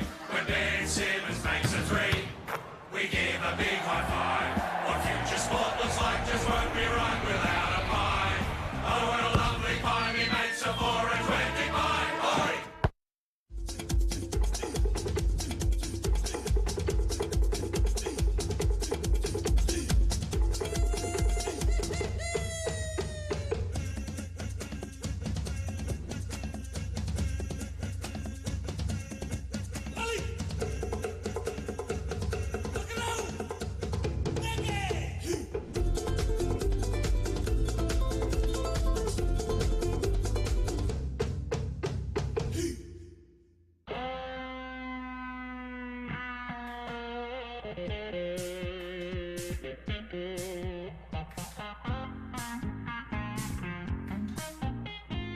One Love is there for the moments with the people you love the most.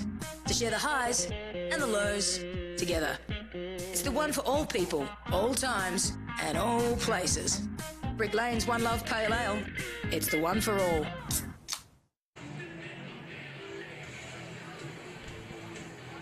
A new inning and a new pitcher. This time, it's a pitching change for the Canberra Cavalry. The punt 1-2-3 change brings in Jimmy Boyce. Dugan Darnell got his 11th appearance of the season. Now Boyce will do the same. Darnell, one strong inning. Did allow a hit, but struck out 2 without allowing a run or a walk.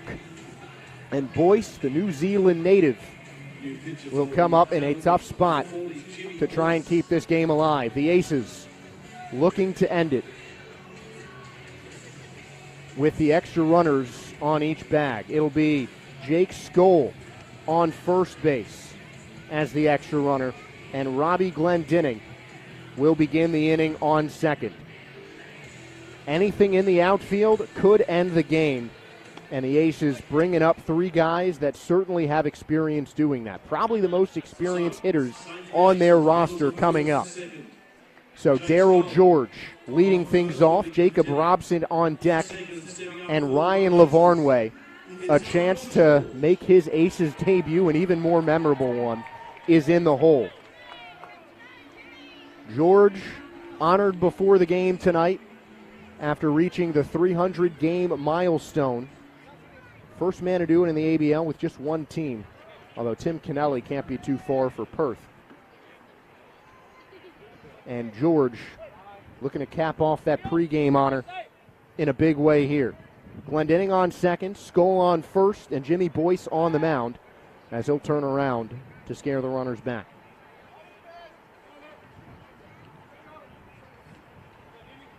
Glendinning, not an aggressive base runner, but a smart one. Good speed. Outfielders shifted at normal depth with the corners looking open for Darryl George. The Cavalry know he likes to hit balls in the gap, and they're defending those gaps against George. He looks the first pitch, a curveball in there for a called strike. George has been a victim of the 2 double plays that Canberra has turned, a 1-4-3 in the 7th that George hit into, but in the second inning, after he singled, he was thrown out at first base after a comeback liner snared by Galen. George pops this one up, and it's going to be towards the third baseman in Warner, who will make the catch for the out. So there is some defensive changes as well for Canberra. It looks like they have a new second baseman. They definitely have a new first baseman, as Boss Manaroa is on first now. And we might get a better look at the second baseman as the entire infield comes in to have a chat with their pitcher. So Quitzer, so it's Warner who is out of the game. Quitzer will move to third, and Boss Manaroa is on first base.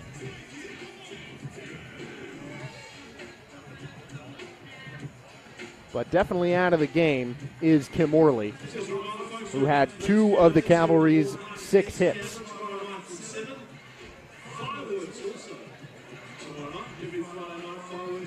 It'll be Robson coming up after George's popped out. Robson had hit into that double play earlier on.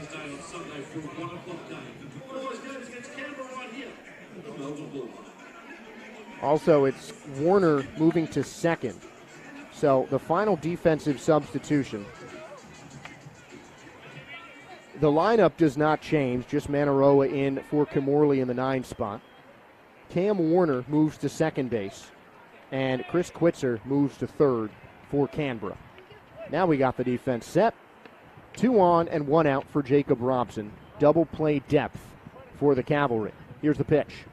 Robson slices this one foul, and it's 0-1. He's hit the ball really well today. A comeback liner in the second, that was just right at Jimmy Boyce. Not an easy play, but a good play by Frank Gailey. And a deep fly ball snared by Cole Roeder on the warning track. Then a strikeout his last at bat. Robson lets it go. The breaking ball misses low, and it's 1-1. Perkins tried to get an appeal out to Ian Gavin, but no dice. None needed. Robson clearly held up his swing. Aces need a hit here. The 1-1. Robson lets it go, but it just catches the outside corner. Robson doesn't love the call, so he'll adjust his batting gloves. And we'll see how close that one was. Very close call, but it goes Jimmy Boyce's way. 1-2, 1 out, and 2 on for the Aces.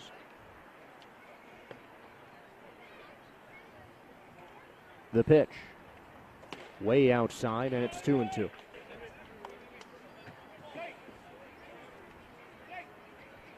Robson, 2 home runs in his last game against Geelong in the loss. Has his other 2 home runs here at Melbourne Ballpark. Guy who can hit the ball a long way. But a 2-strike count. Just needs to put it in play. Inside fastball, fills it up on Robson, who's 1 miss away from loading the bases for a big league vet.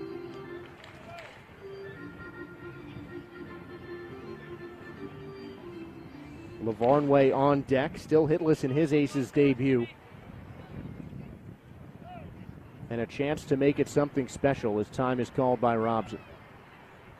Some mind games going with Jimmy Boyce. 2.87 ERA on the season. Tied for the most relief appearances for Canberra this season. 1-1, 2.93 ERA. The pitch. Robson taps it foul, and he stays alive. And this is what you want if you are the Melbourne Aces from Jacob Robson. Just a good defensive at bat. Fouling off the tough pitches. Just doing everything you can to put a ball in play. You don't need anything big. Just a single helps the cause. Let the big league vet do the rest. Count is full from Boyce. He offers home. Robson hits that into center field, but right to Roederer, and a diving play. He won't make it. But the ball is going to get into third and get Glendinning out. Really hard to tell whether or not Roederer made that catch, and Glendinning put in a tough spot. So the Aces get the single they need, but a really difficult defensive play gets Canberra the out they need. We'll take another look here. So you see it's a liner right at Roederer. He does not make the catch. Glendinning didn't notice it. And he just kind of stayed back going to second base. He thought Roederer had it. So Glendinning out on the 8-6-5 putout. Skoll will move up to second. Robson will move to first on the fielder's choice. And Ryan Lavarnway still in a position to make something big happen, but 2 outs.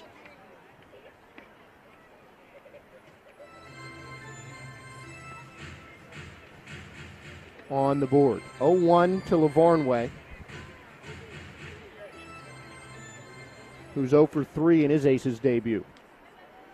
35-year-old, 10-year Major League vet. The 0-1. Outside, that bounces in front of the plate. The runners will advance. So it's a wild pitch on Boyce as Perkins couldn't find it.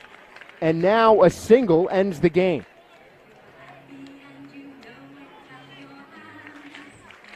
Skoll is on third, and Robson is on second. Robbie Perkins just couldn't find it. The Aces, some heads-up base running to put both runners in scoring position now.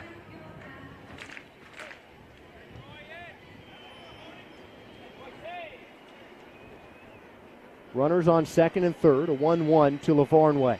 The pitch outside, and it's 2-1. If you look on our social media, you can see Aussie Mike's interview with Ryan Lavarnway. If Lavarnway can do something here, just put the ball into the outfield, we may see another one as Mike is waiting on the first base side. 2-1. That one's hit high in the air, down the left field line. Pugh giving chase, and that's going to go foul over the Cyclone Toolshed sign. Pugh and Quitzer coming on that. Softly hit, but certainly had the distance to be dangerous for Ryan Lavarnway.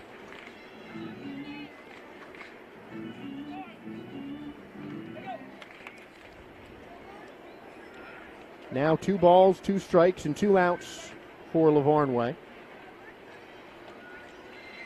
A single ends this game.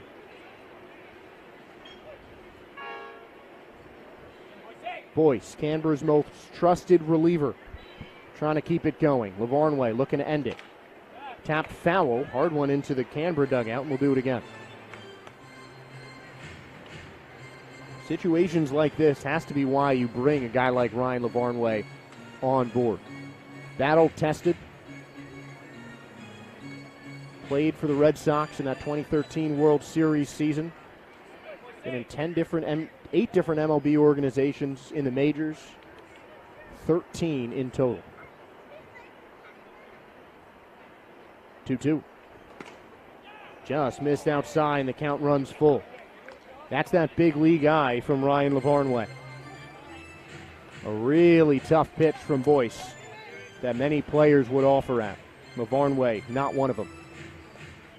The count is full. 2 runners on, 2 outs.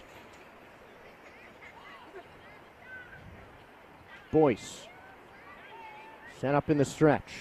He deals. Lavarnway lets it go. Appeal to first. It's a walk. Ryan Lavarnway loads up the bases for a 2-out walk. His first time on base with Melbourne, and that sets up Jared Dale to be the hero. As we take a look at this, the wrist did not break from Lavarnway. That is the right call.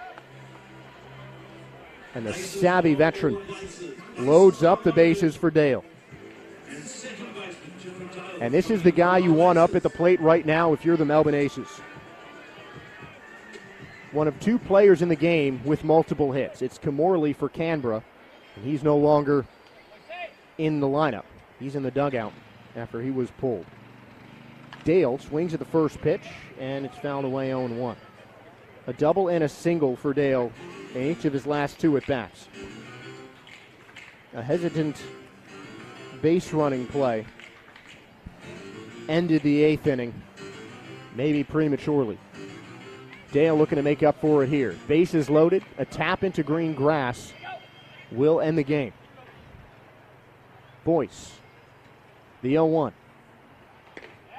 Dale lets it go. No appeal. It's 1-1.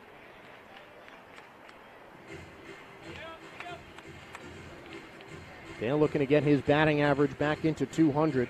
Usually in the leadoff role for the Aces, but moved down to the 8th spot tonight. 2 outs, bases loaded, still a scoreless game, 1-1. Dale pops this one up. That's going to stay in the infield. It's going to be Quitzer moving in towards the turf, and he makes the one-handed grab to finish the 10th inning.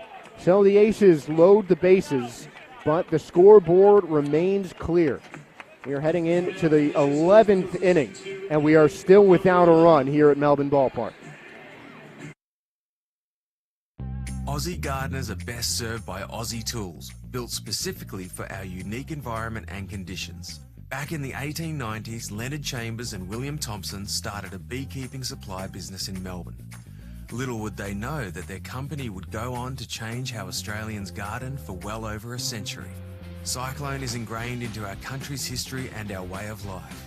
Our tools are long-lasting and purpose-built for hard work. We've been making quality tools for over a century. They last that long, you can hand them down to the next generation. Good, quality, honest product that the Australian people have grown to love. It's not an Aussie shed without a Cyclone. My biggest takeaway of being here for 34 years is just sense of pride in the product. Australians buy good products.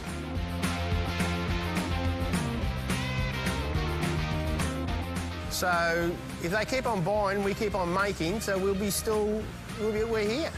Cyclone tools, made for Australians. When enjoying a punt, easy does it with Punt 1, 2, 3.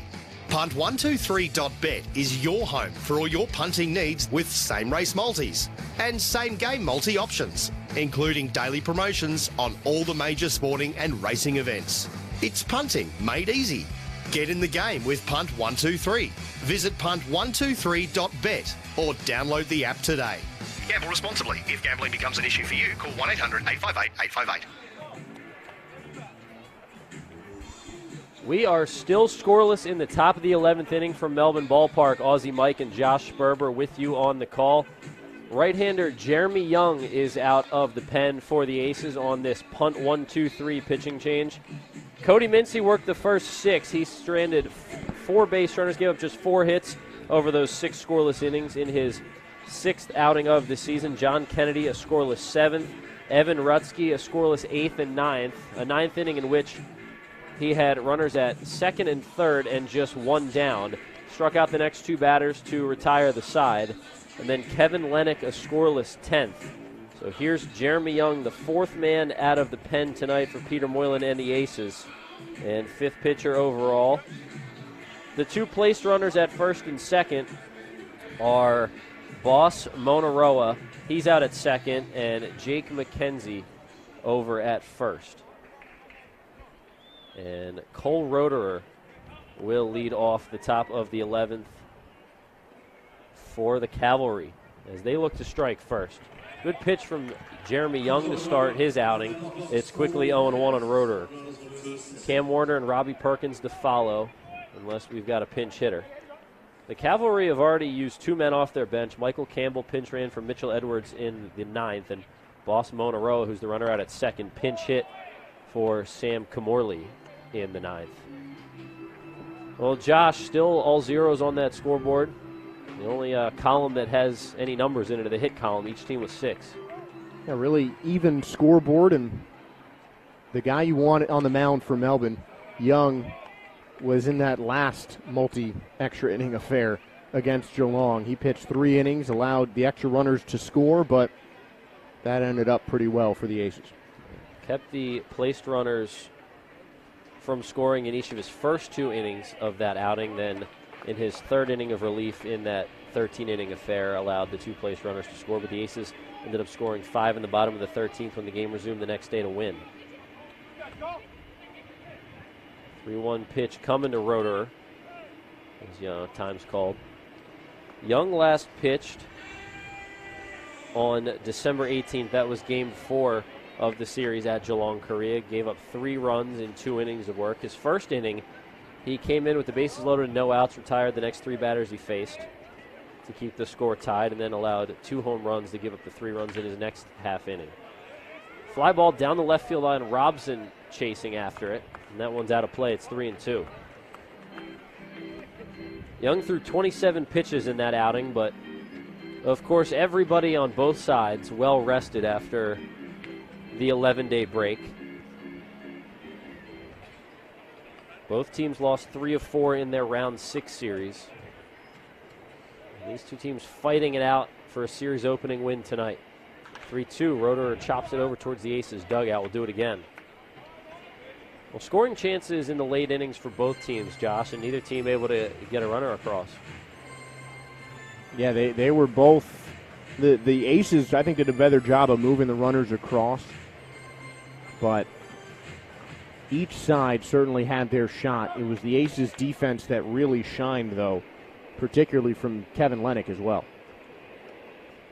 Here's the 3-2 pitch to Roederer, fouled back.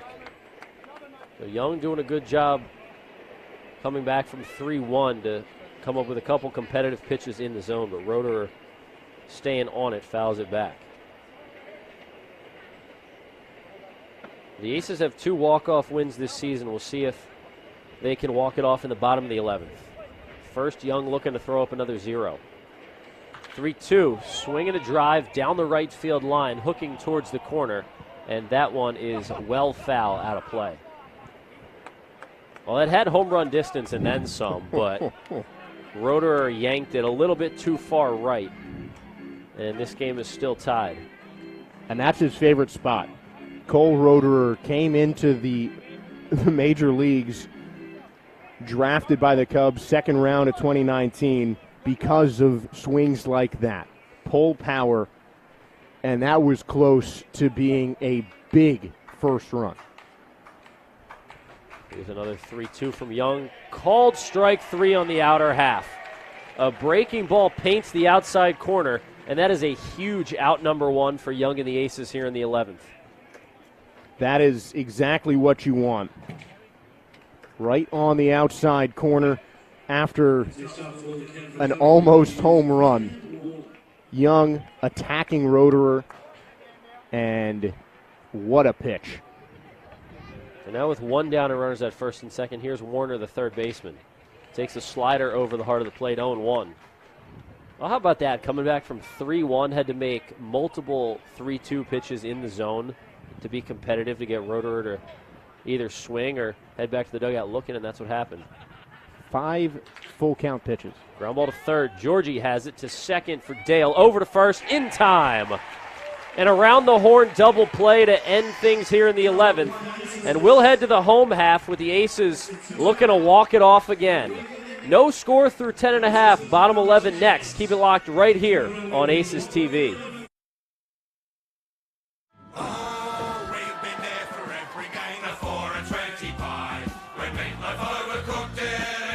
Save that try.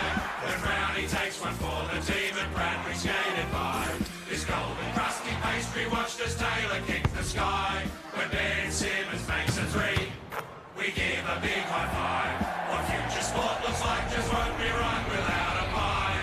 Oh, what a lovely pie we made some 4 and 20 pie. Oi!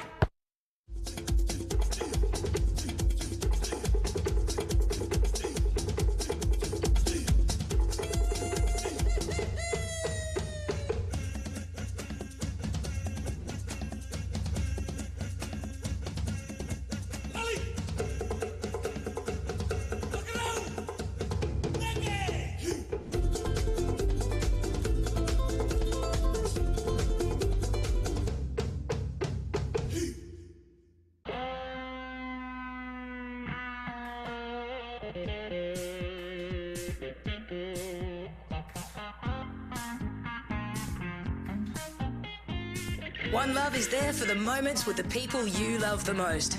To share the highs and the lows together. It's the one for all people, all times, and all places. Brick Lane's One Love Pale Ale. It's the one for all.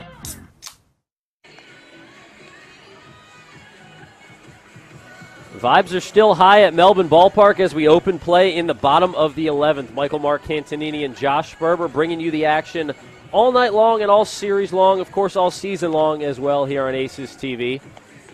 Great job by Jeremy Young in the top of the 11th to work around the placed runners at first and second to start the inning.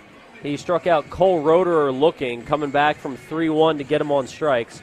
And then Cam Warner hit into a 5-4-3 double play. Darryl George to Jared Dale, over to J.D. Osborne, and Young and the Aces were out of the inning quick. So the Aces have held the Cavalry off the scoreboard in each of the first 2 extra innings tonight and all 11 innings in the game. Now the Aces with a chance to walk it off again. Third chance to walk it off, second in extra innings. And the placed runners at first and second, Ryan Lavarnway at second, and Jared Dale at first, with J.D. Osborne at the dish against Jimmy Boyce, who worked a scoreless 10th, and now back out for the 11th. First pitch breaking ball to Osborne. He spoils it foul. The Aces walked it off technically on November 13th, but the game officially on November 12th. A 13-inning affair against Geelong Korea, an 8-5 win. Matt O'Neill, a walk-off grand slam to right center off Ha-Jun Soo. The Aces scored 5 runs in the bottom of the 13th that night. Osborne swings and misses at a breaking ball. It's 0-2. And then Robbie Glendinning on December 3rd at home, of course, against Brisbane. A 5-4 win for the Aces in the bottom of the 9th. Glendinning, a walk-off single on a ball he hit to deep right center. Aaron Whitefield scored, and the Aces took home the win that night. Can they add a third walk-off win tonight? Lavarnway at second, and Dale at first. Here's the 0-2 to Osborne. Swings and sends one in the air, deep center field. Roederer ranges back, makes the grab. Lavarnway back to second. He's tagging and heading for third. The throw's a good one, and the tag Not in time. Lavarnway under it at third, and the Aces have the winning run 90 feet away. And now time is called. And that was a close one at third. The throw was a good one, but Lavarnway got in there. We'll see if we can get a replay. As Damian Shanahan gives Lavarnway a fist bump over there at third. Take a look at this. Off the bat of Osborne, he got a hanging breaking ball. Sent it to deep center. Roederer had to backtrack on it, but made an excellent throw, spinning it in one motion, making that throw to third. Throw was there in time, but it was a little offline, and the home plate umpire, Stuart Howe, was right there. He made the call. Lavarnway got that foot in before the tag from Warner. So Lavarnway, who just hopped off a plane yesterday morning, has a chance to score the winning run here at the bottom of the 11th. Dale stayed at first. And now the infield comes in, at least the corners come in with the middle infielders pinched halfway. Here is the leadoff man, Aaron Whitefield. Whitefield hitless tonight. He did walk in the 6th. Here's the first pitch from Boyce. Dale takes off for second, no throw, and that should go down as a defensive indifference, as given the situation, probably no shot that Perkins was going to throw down. So Dale at second doesn't mean much right now, but if for some reason Lavarnway gets thrown out trying to come home or something weird happens, then he will matter out there. But now with runners at second and third and one down, the Cavalry will decide to intentionally walk Aaron Whitefield. Now, I was under the impression that once a pitch was thrown, you couldn't intentionally walk somebody in the ABL, but that's what's going to happen here as Whitefield gets rid of the batting gloves and the protective gear, and he'll head down to first base. So with Dale running to second to pick up the extra base, that took away the double play. So now not only will the Cavalry have the double play in order, they'll have the force at home available. And now Chris Burke will get another shot to walk it off for the Aces. Burke getting his first start tonight since round 2 against Perth here at home. Designated hitter in the 2-hole will hit with the bases juiced and just one down. No score in the bottom of the 11th. Game 1 of this 4-game set. First pitch to Burke is a curveball that misses low, 1-0. It's Lavarnway at third, Dale at second, and Whitefield at first after the intentional walk. The Cavalry have the infield in all the way around as Boyce looks to navigate through this 11th. 1-0 to Chris. That missed inside. It's 2-0. Nowhere to put Burke. A walk would force in the winning run. And now Boyce will take a second to regroup. The Aces are outscoring opponents 6-4 in extra innings this season. See if they can make it 7-4 and secure another W. Here's the 2-0 to Burke. He swings and pops one up high in the air right field. There's Giovanni Garbella under it. It was not deep enough for Lavarnway to try it. Now a throw to third. He's back. So Burke not able to end this one as he flies out to right for out number 2.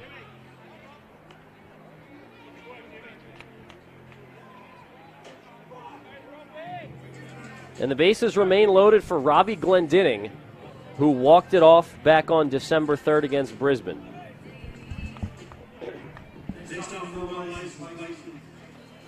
Now, I was joking with Robbie a few weeks ago. I've been there for both walk-offs that Robbie's hit in professional baseball. 2019 with the Altoona Curve, the Pirates AA team, and just a few weeks ago here against Brisbane. See if he can add number 3. Swung at the first pitch and chopped it foul.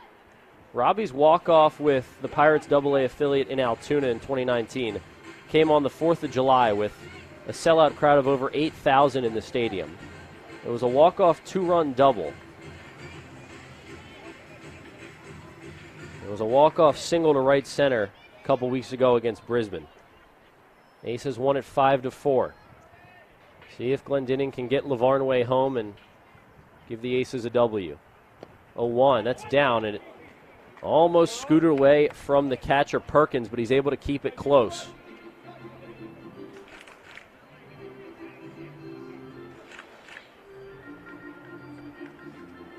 Frank Gailey went 8 shutout innings. Dugan Darnell, a scoreless 9th. Jimmy Boyce, a scoreless 10th. And now he's looking for a scoreless 11th.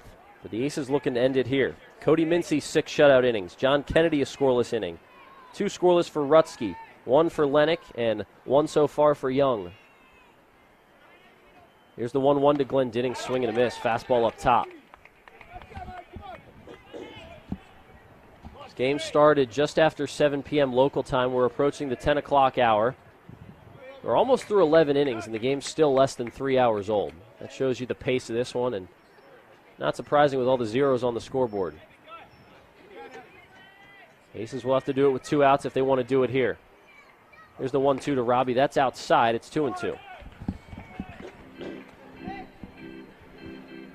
Boyce fell behind Burke 2-0, but then got him to pop out to shallow right.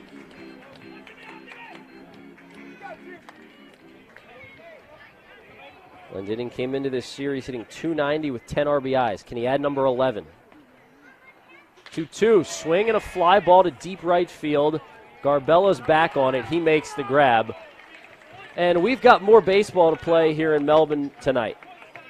The Aces come up empty in the bottom of the 11th. They strand the bases loaded. And we are headed to the top of the 12th. Take a quick break here on the broadcast and reset the scene after this on Aces TV.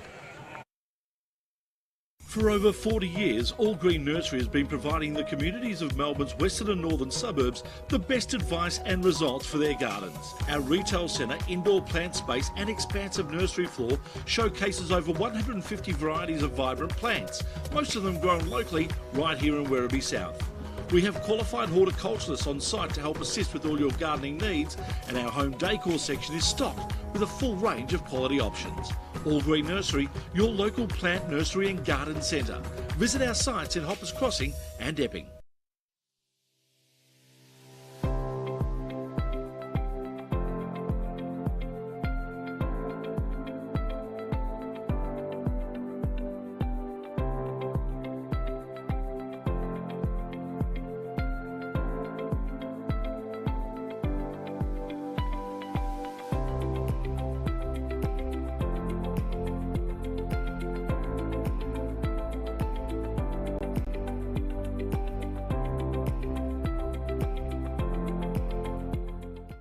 All-Star Access Hire are your access equipment specialists. We have an extensive range of state-of-the-art equipment, and we pride ourselves on delivering outstanding customer service. We have the youngest fleet of equipment in Victoria, and we are consistently adding new machines. We get to know our customers and form partnerships with them. This video is of our partnership with the Victorian Government at Reservoir Station. All-Star Access Hire are proud sponsors of the Melbourne Aces and our All-Star Bar. Top of the 12th inning from Melbourne Ballpark. Aussie Mike and Josh Sperber bringing you the action as neither team has found a way to score tonight. The Aces left the bases loaded in both the 10th and 11th innings. Meanwhile, the Cavalry stranded 2 in the 10th, 1 in the 11th. And Jeremy Young back to work in the top of the 12th with 2 on. And there's a first pitch single into left field for Robbie Perkins. Here comes the place runner from second, and he scores. That was Cole Roederer.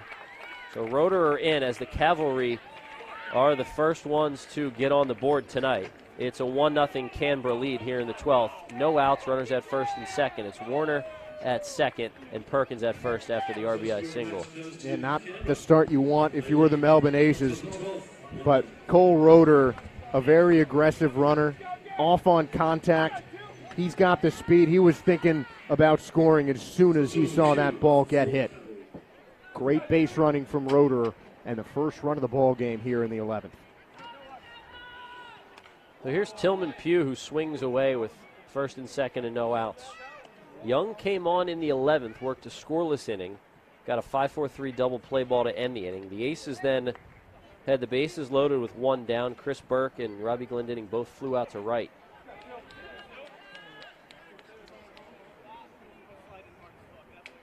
So the Cavalry with 7 hits now, the Aces still with 6. And more importantly, the Cavalry up 1-0 as someone finally scores here in the 12th. Second time this season the Aces have gone at least 12. Both times at home. We'll look out at second. The pitch. Breaking ball sent into left field. It's down. Robson does a good job cutting it off over in left field, but another run is in. Another man to third, and still no outs after the RBI single from Tillman Pugh.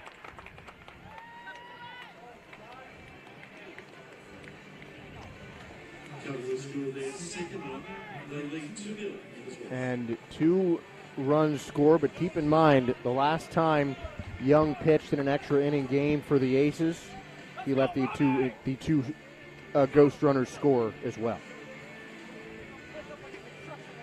So we'll see if that trend continues. You know, no more runs scoring, and then the Aces grab at least 3 in the bottom half. That'd be nice. I'd like that. Tough situation, though, for Young right here with first and third, and Michael Campbell at the dish. Campbell came on as a pinch runner in the 9th for the designated hitter Mitchell Edwards. So he hits here with runners at the corners. He swings at the first pitch and sends it down the left field line, hooking, and it's a fair ball.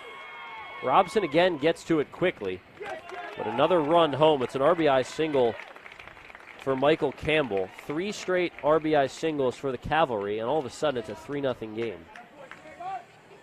And whatever Young is offering, Canberra is just seeing it really well off the bat. There is some action in the bullpen for the Aces. It looks like it's Jack Enciando warming up. And a quick meeting out on the mound by Lavarnway to try and bide some time. But Canberra swinging early and often here in the 12th. Well, in a game in which neither team scored through the first 11, the Aces will now have to score at least 3 to keep things going in the bottom of the 12th, and that's if Young can keep the score where it is at 3-0. Still no outs in the inning. Here's Chris Quitzer.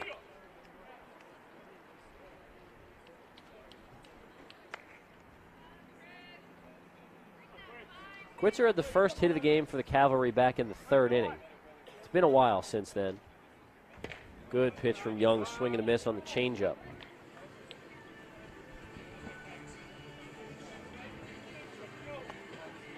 This is where Young just needs to settle down, shake off those last couple of hits, and really buckle down trying to get these 3 outs.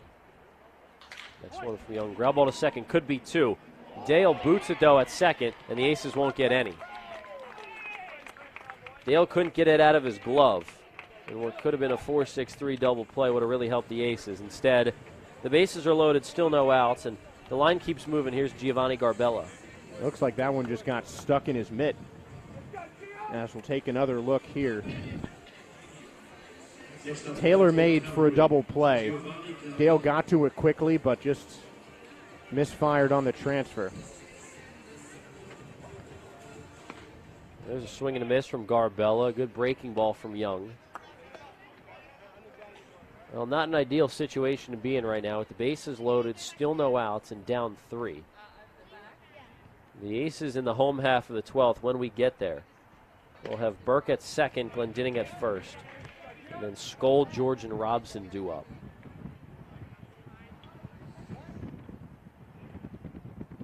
Well, we've seen this Aces team rally before when they've had their backs against the wall. They'll have to do it again. That misses outside, 1-2 on Garbella.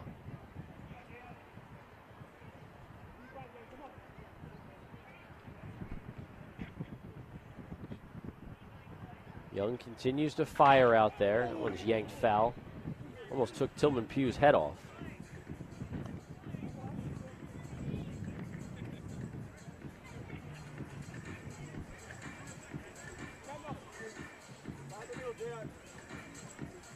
Got a couple of those scorched line drives. Foul and fair that could have taken guys' heads off. It's just the latest in that line. The Cavalry are 3 for 18 with runners in scoring position tonight. So all 3 of those hits have come in this inning. Make it 4 for 19. As another man in to score on the RBI single from Giovanni Garbella. That's Tillman Pugh who scores. So Perkins, Pugh, Campbell, and now Garbella. All 4 with RBI singles in the frame. And it's 4-0 Canberra, still no outs. Bases remain loaded. Young's still out there. He gets Boss Monaroa. And you got to wonder why Moylan's not going to the bullpen. You see Enciando warming up. We're not even seeing kind of a time waster of a mound visit from Ryan Lavarnway. Misses low there. Well, the Aces are 0 for 8 with runners in scoring position tonight. They've left 10 on base. I mean, both teams struggling to hit with men on, and both teams were struggling to get men on, at least before this inning. Canberra, the bats for the Cavalry have exploded here in the top of the 12th. Aces still with life. They'll get a shot and 3 outs to play with in the bottom half. But right now it's 4-0 Canberra. And the first 5 batters of the inning have reached single, single, error, single. Or single, single, single, error, single. Here's Monaroa, the veteran, sends one into right field.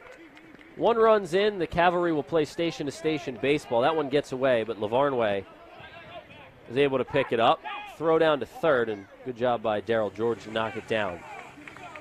So the 5th RBI single of the inning for the Cavalry, and now Jake McKenzie will get a shot.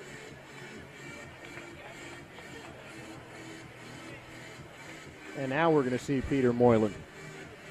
5 runs and 4 hits and an error, and Peter Moylan's going to take the ball from Jeremy Young.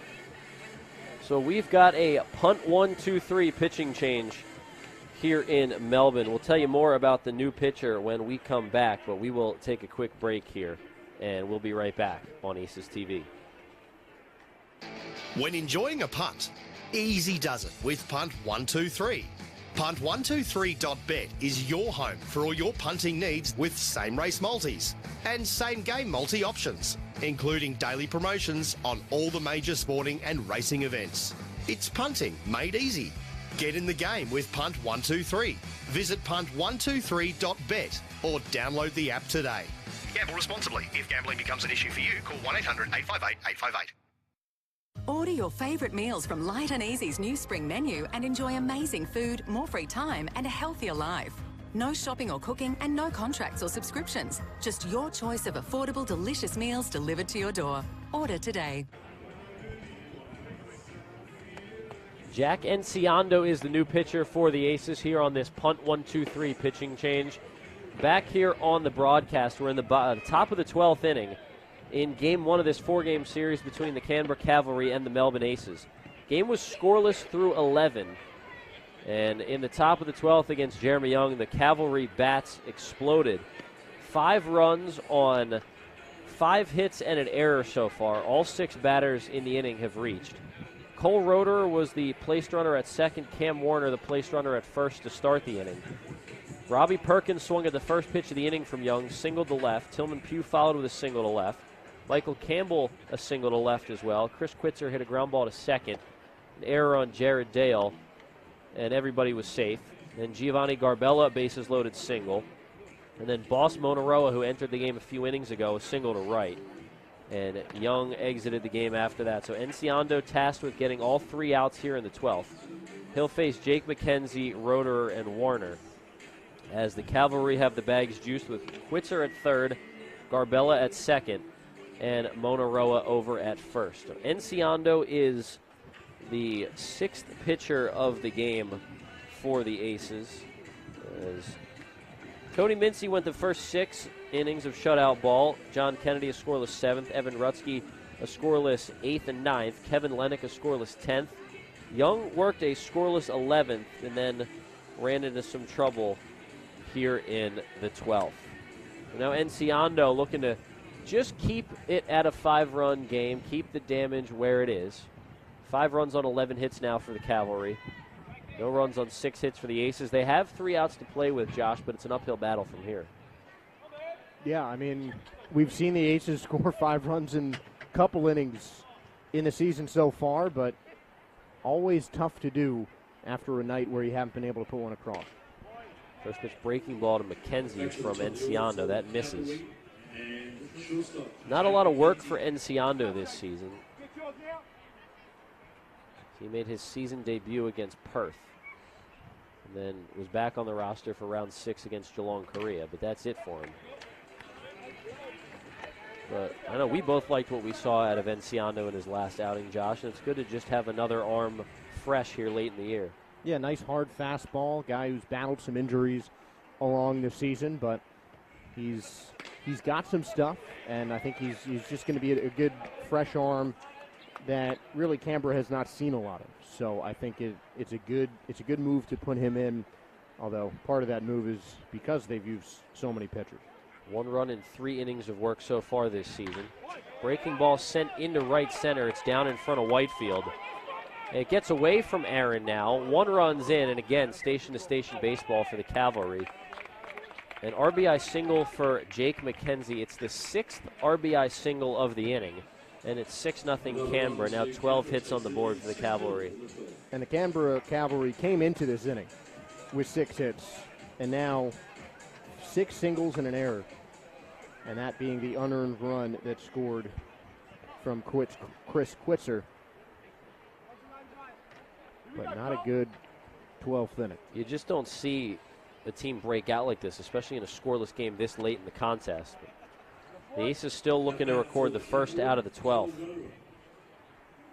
Enciando's last outing was on December 18th at Geelong, Korea. He gave up a leadoff triple and then stranded the next base runner he faced. The next 3 he faced to work a scoreless inning. His first outing of the season, he pitched 2 scoreless innings against Perth.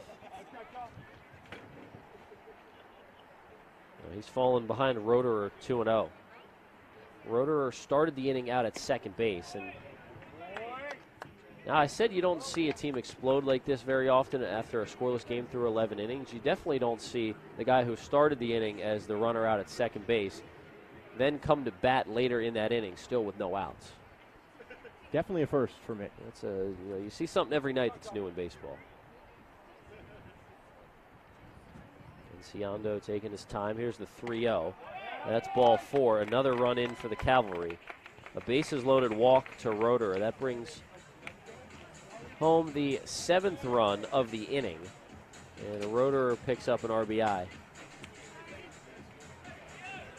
Second 7th run inning of the day. Geelong had a 7-run frame in the 3rd to help in their victory against Auckland. Or sorry, not against Auckland, but a tough one for the Aces. So Garbella in to score. The boss man over to 3rd. That moves McKenzie to 2nd, and now Roederer at 1st. Here's Warner. So Warner was the runner at 1st to start the inning, and he hits for the first time. So this is the 9th batter of the inning. But Roederer and Warner seeing action in the frame for the second time as they were the runners to start. Tough inning for the Aces, and they've still got work to do with all 3 outs to get. I could see an 8-run inning coming from Melbourne in the 12th, though. It could happen. I mean, we've seen a lot this season. Yeah, that would be something, wouldn't it? Enciano looking to limit the damage. Here's Jack's 1-2. That one's popped up, but foul out of play.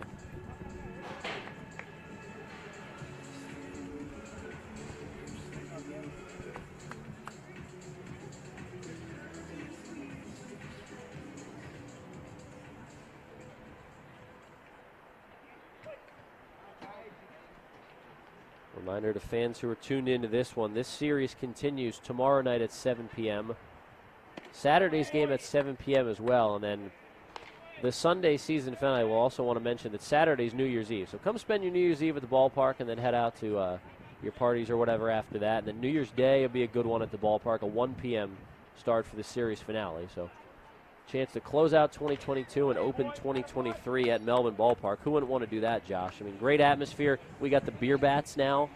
I think enough said with that. We got the beer bats in the stadium that you can grab at the canteen. Great food as always. And we'll have the first fireworks of New Year's Eve. Yeah. See fireworks here before you see them anywhere else. Why not get a jump on the new year? That is pretty cool. So if you're looking to head out to the ballpark over the next 3 days, head over to melbourneaces.com.au Fly ball down the right field line. We'll see if Skoll can get there. He can't. But that's going to be fun for us, Josh. A chance to call baseball on New Year's Eve and then do it on New Year's Day again. Starting and ending a year with baseball, there's nothing better, really. Pretty wild to say, that we're going to be able to do that. Yeah. We got to call a game. We got to call a game in December for the first time in our lives, and now we're going to get to do it in January for the first time. I had never called baseball in November before when the season started, so it is pretty wild. Breaking ball ripped down the third base line, but foul. Just a couple inches. That helps out the Aces. Good at bat here from Cam Warner, just continuing to fight off pitches. Enciano's going to need to pull the trigger on something. See what he comes with on 2-2.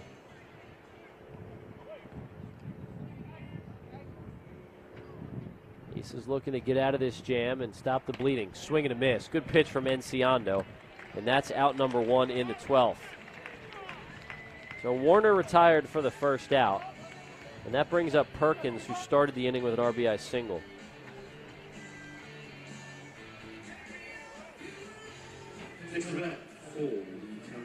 That's a big strikeout.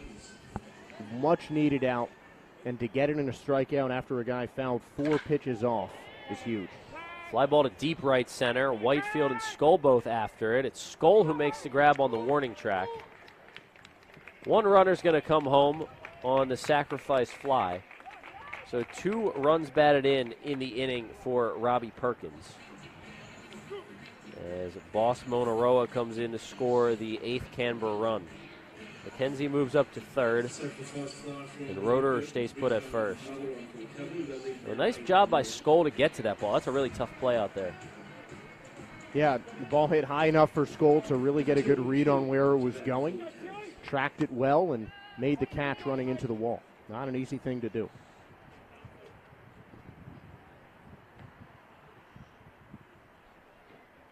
So 2 down now as Enciano looks for the inning ender. Here's Tillman Pugh.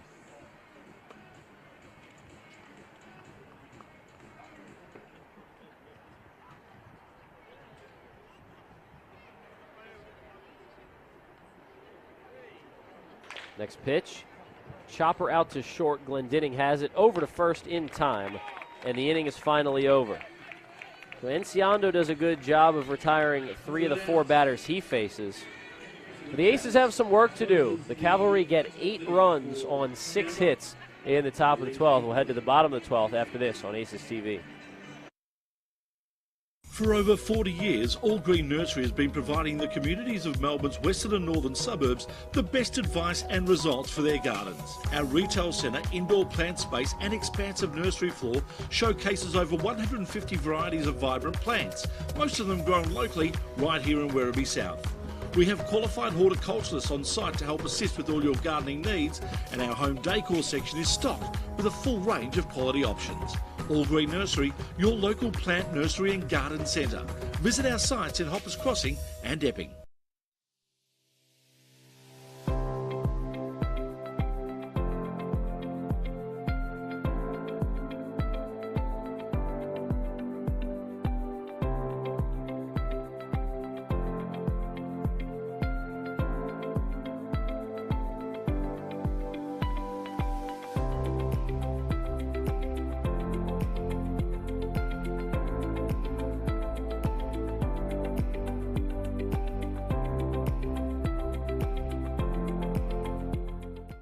All-Star Access Hire are your access equipment specialists. We have an extensive range of state-of-the-art equipment, and we pride ourselves on delivering outstanding customer service. We have the youngest fleet of equipment in Victoria, and we are consistently adding new machines. We get to know our customers and form partnerships with them. This video is of our partnership with the Victorian Government at Reservoir Station. All-Star Access Hire are proud sponsors of the Melbourne Aces and our All-Star Bar. Bottom of the 12th inning from Melbourne Ballpark. Well, Josh, we didn't expect to see a team score 8 runs in the top of the 12th. We could see a team score 9. You know, how about a walk-off win here in the bottom of the 12th inning? It'll take quite a bit after the Cavalry put up 8 runs on 6 hits. They did take advantage of a couple walks and an error in the top of the 12th. But from a scoreless game to an 8-0 game, the Aces with work to do. Burke, the runner, at second. Glendinning at first. Skoll, George, and Robson, the 3 due up. It could happen. It could happen. Well, we know what anything can happen in baseball. That's pretty much, the case in every game. So Jake Skoll a chance to start things off.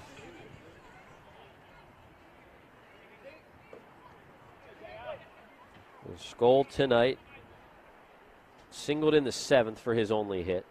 He's 1 for 4. And swings at the first pitch and pops this one up in foul ground. The catcher Perkins off with the mask, but that one will land in the netting, a foul ball. Leading off for the Melbourne Aces is Jacob Skoll.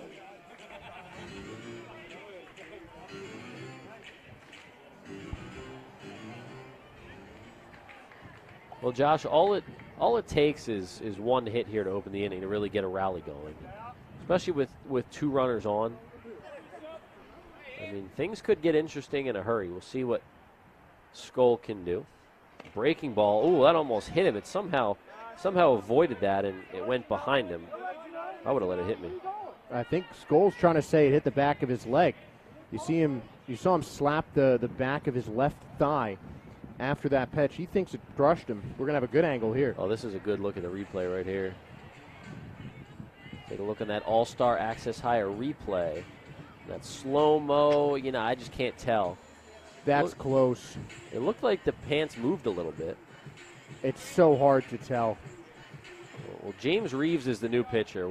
I didn't mention that. On another punt 1-2-3 pitching change. It's the lefty James Reeves. I think that's too close to call, and that's going to be the ruling. The umps met, but it's a 1-1 count to Skoll now. Skoll sends a little cue shot out to third. Throw to second for the middle runner. So it'll be first and third for the Aces with 1 down.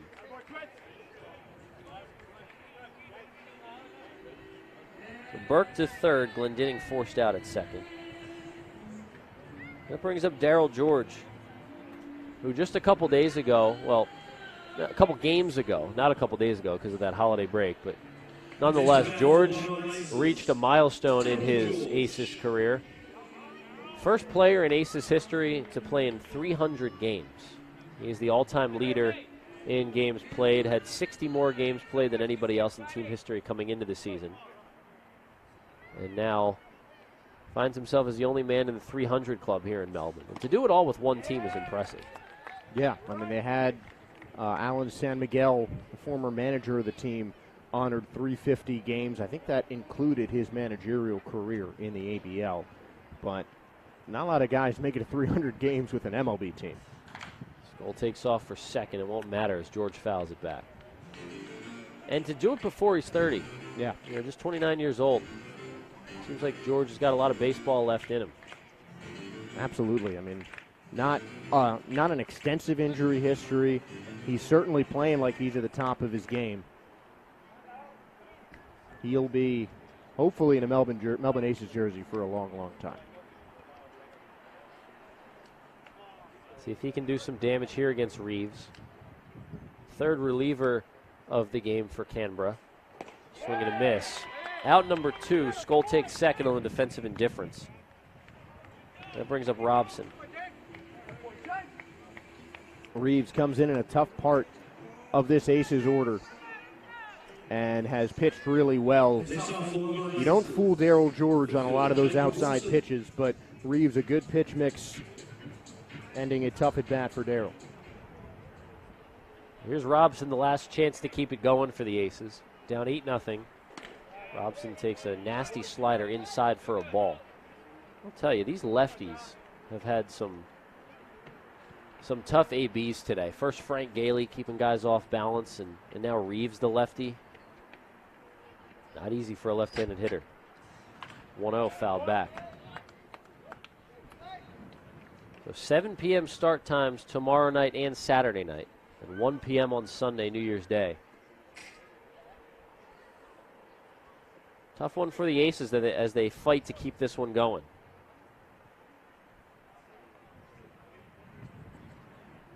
1-1, swing and a miss. Aces down to their final strike now. Frank Gailey went the first 8, scattered 5 hits, struck out 4, walked 1. While keeping the Aces off the scoreboard. Dugan Darnell a scoreless 9th, Jimmy Boyce a scoreless 10th and 11th. And now James Reeves looking to work a scoreless 12th. 1-2, that's outside. Game was scoreless headed into the 12th. When the Cavalry jumped all over Jeremy Young and then continued the hit parade against Jack Enciando. 8 runs on 6 hits in top 12 for Canberra. 2-2 pitch. Robson stays alive. And he continues to do a good job of fighting off pitches. Yeah, I really like the way Robson's approached his at-bats. He's gone into 2 strikes every time except the 5th. He's fouled off pitches on 2 strikes constantly.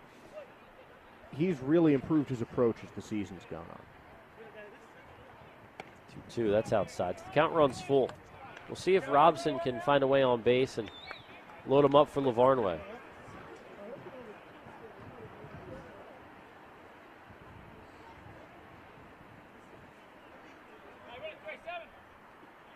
Three balls, 2 strikes, 2 outs with 2 on the next pitch. Robson sends one on the ground to second. Mishandled out there, and everybody's safe. So the Aces get on the board. No shutout for Canberra tonight, and it's 8-1. Should be on an error, but still a run's a run. 2 outs, but the Aces do have a little bit of momentum now. So Burke in to score. Skoll moves up to third. Here's Ryan Lavarnway, another chance. He reached on a walk his last time up. First time reaching base in his ABL career. Robson takes off for second, so he's there on the defensive indifference. Well, neither team scored over the first 11, and they've combined for 9 runs here in the 12th. Swing and a miss. It's 0-2 on Ryan.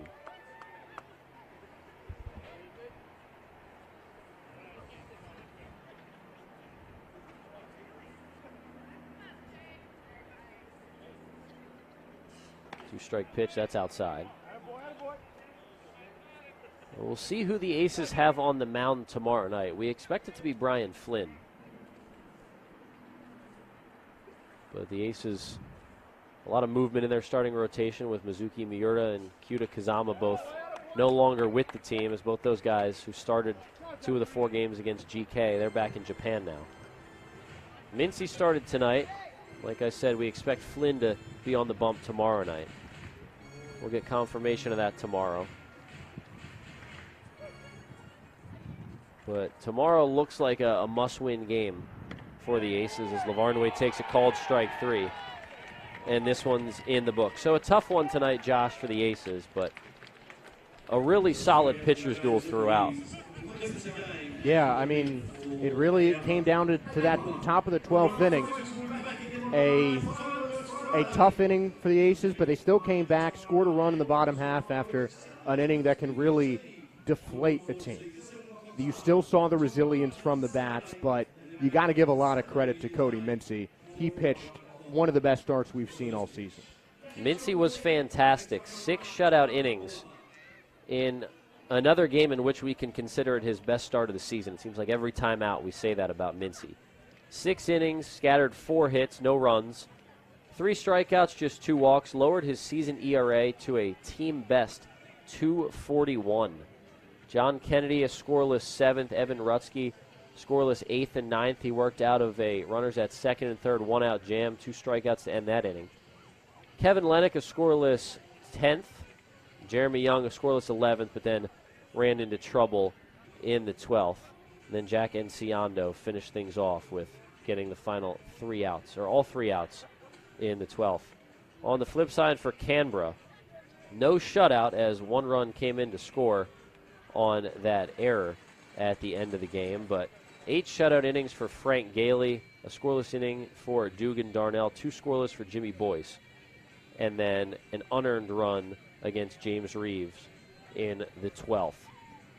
The final totals in this one, the Cavalry go 8 runs on 12 hits, no errors. The Aces 1 run on 7 hits, 1 error. Jimmy Boyce gets the win. He's 2-1 on the year. The loss goes to Jeremy Young. He is 1-2. Game was played in 3 hours and 26 minutes in front of a really good crowd, especially for a Thursday night. 1,124 fans packed into Melbourne Ballpark tonight. Well, Josh, all you can do is forget about tonight and go after it tomorrow and look to even up the series at a game apiece. Yeah, got to have a short memory in sports, particularly after a typical game like this, and the Aces just need to bounce back, plain and simple. You should have Brian Flynn going on the mound. He's looking to shake off a tough start. He's a guy who's pitched incredibly well here at home. Assuming he is pitching, that would be a big boon for the Aces, but they just have to keep the defense that they had in really every inning except for the top of the 12th, because except for that, they really did play a great game, but the bats just need to wake up, and the starting pitching's got to continue as it was tonight. So we will talk to you tomorrow night. First pitch scheduled for 7 p.m. We'll go on air with the Brick Lane pregame show around 6:50-ish local time. The Aces lose game 1 of the series 8-1, final in 12 innings in a game that was scoreless through 11. But we will be back on air tomorrow night for our great crew here at Sportscast Australia and my broadcast partner, Josh Sperber. My name is Michael Mark Cantonini. Thanks for tuning in tonight and all season long. Excited to get back on air tomorrow night. First pitch scheduled for 7 p.m. The Aces and Cavalry in Game 2 of this 4-game Round 7 series. We'll talk to you then, and as always, keep it locked on Aces TV.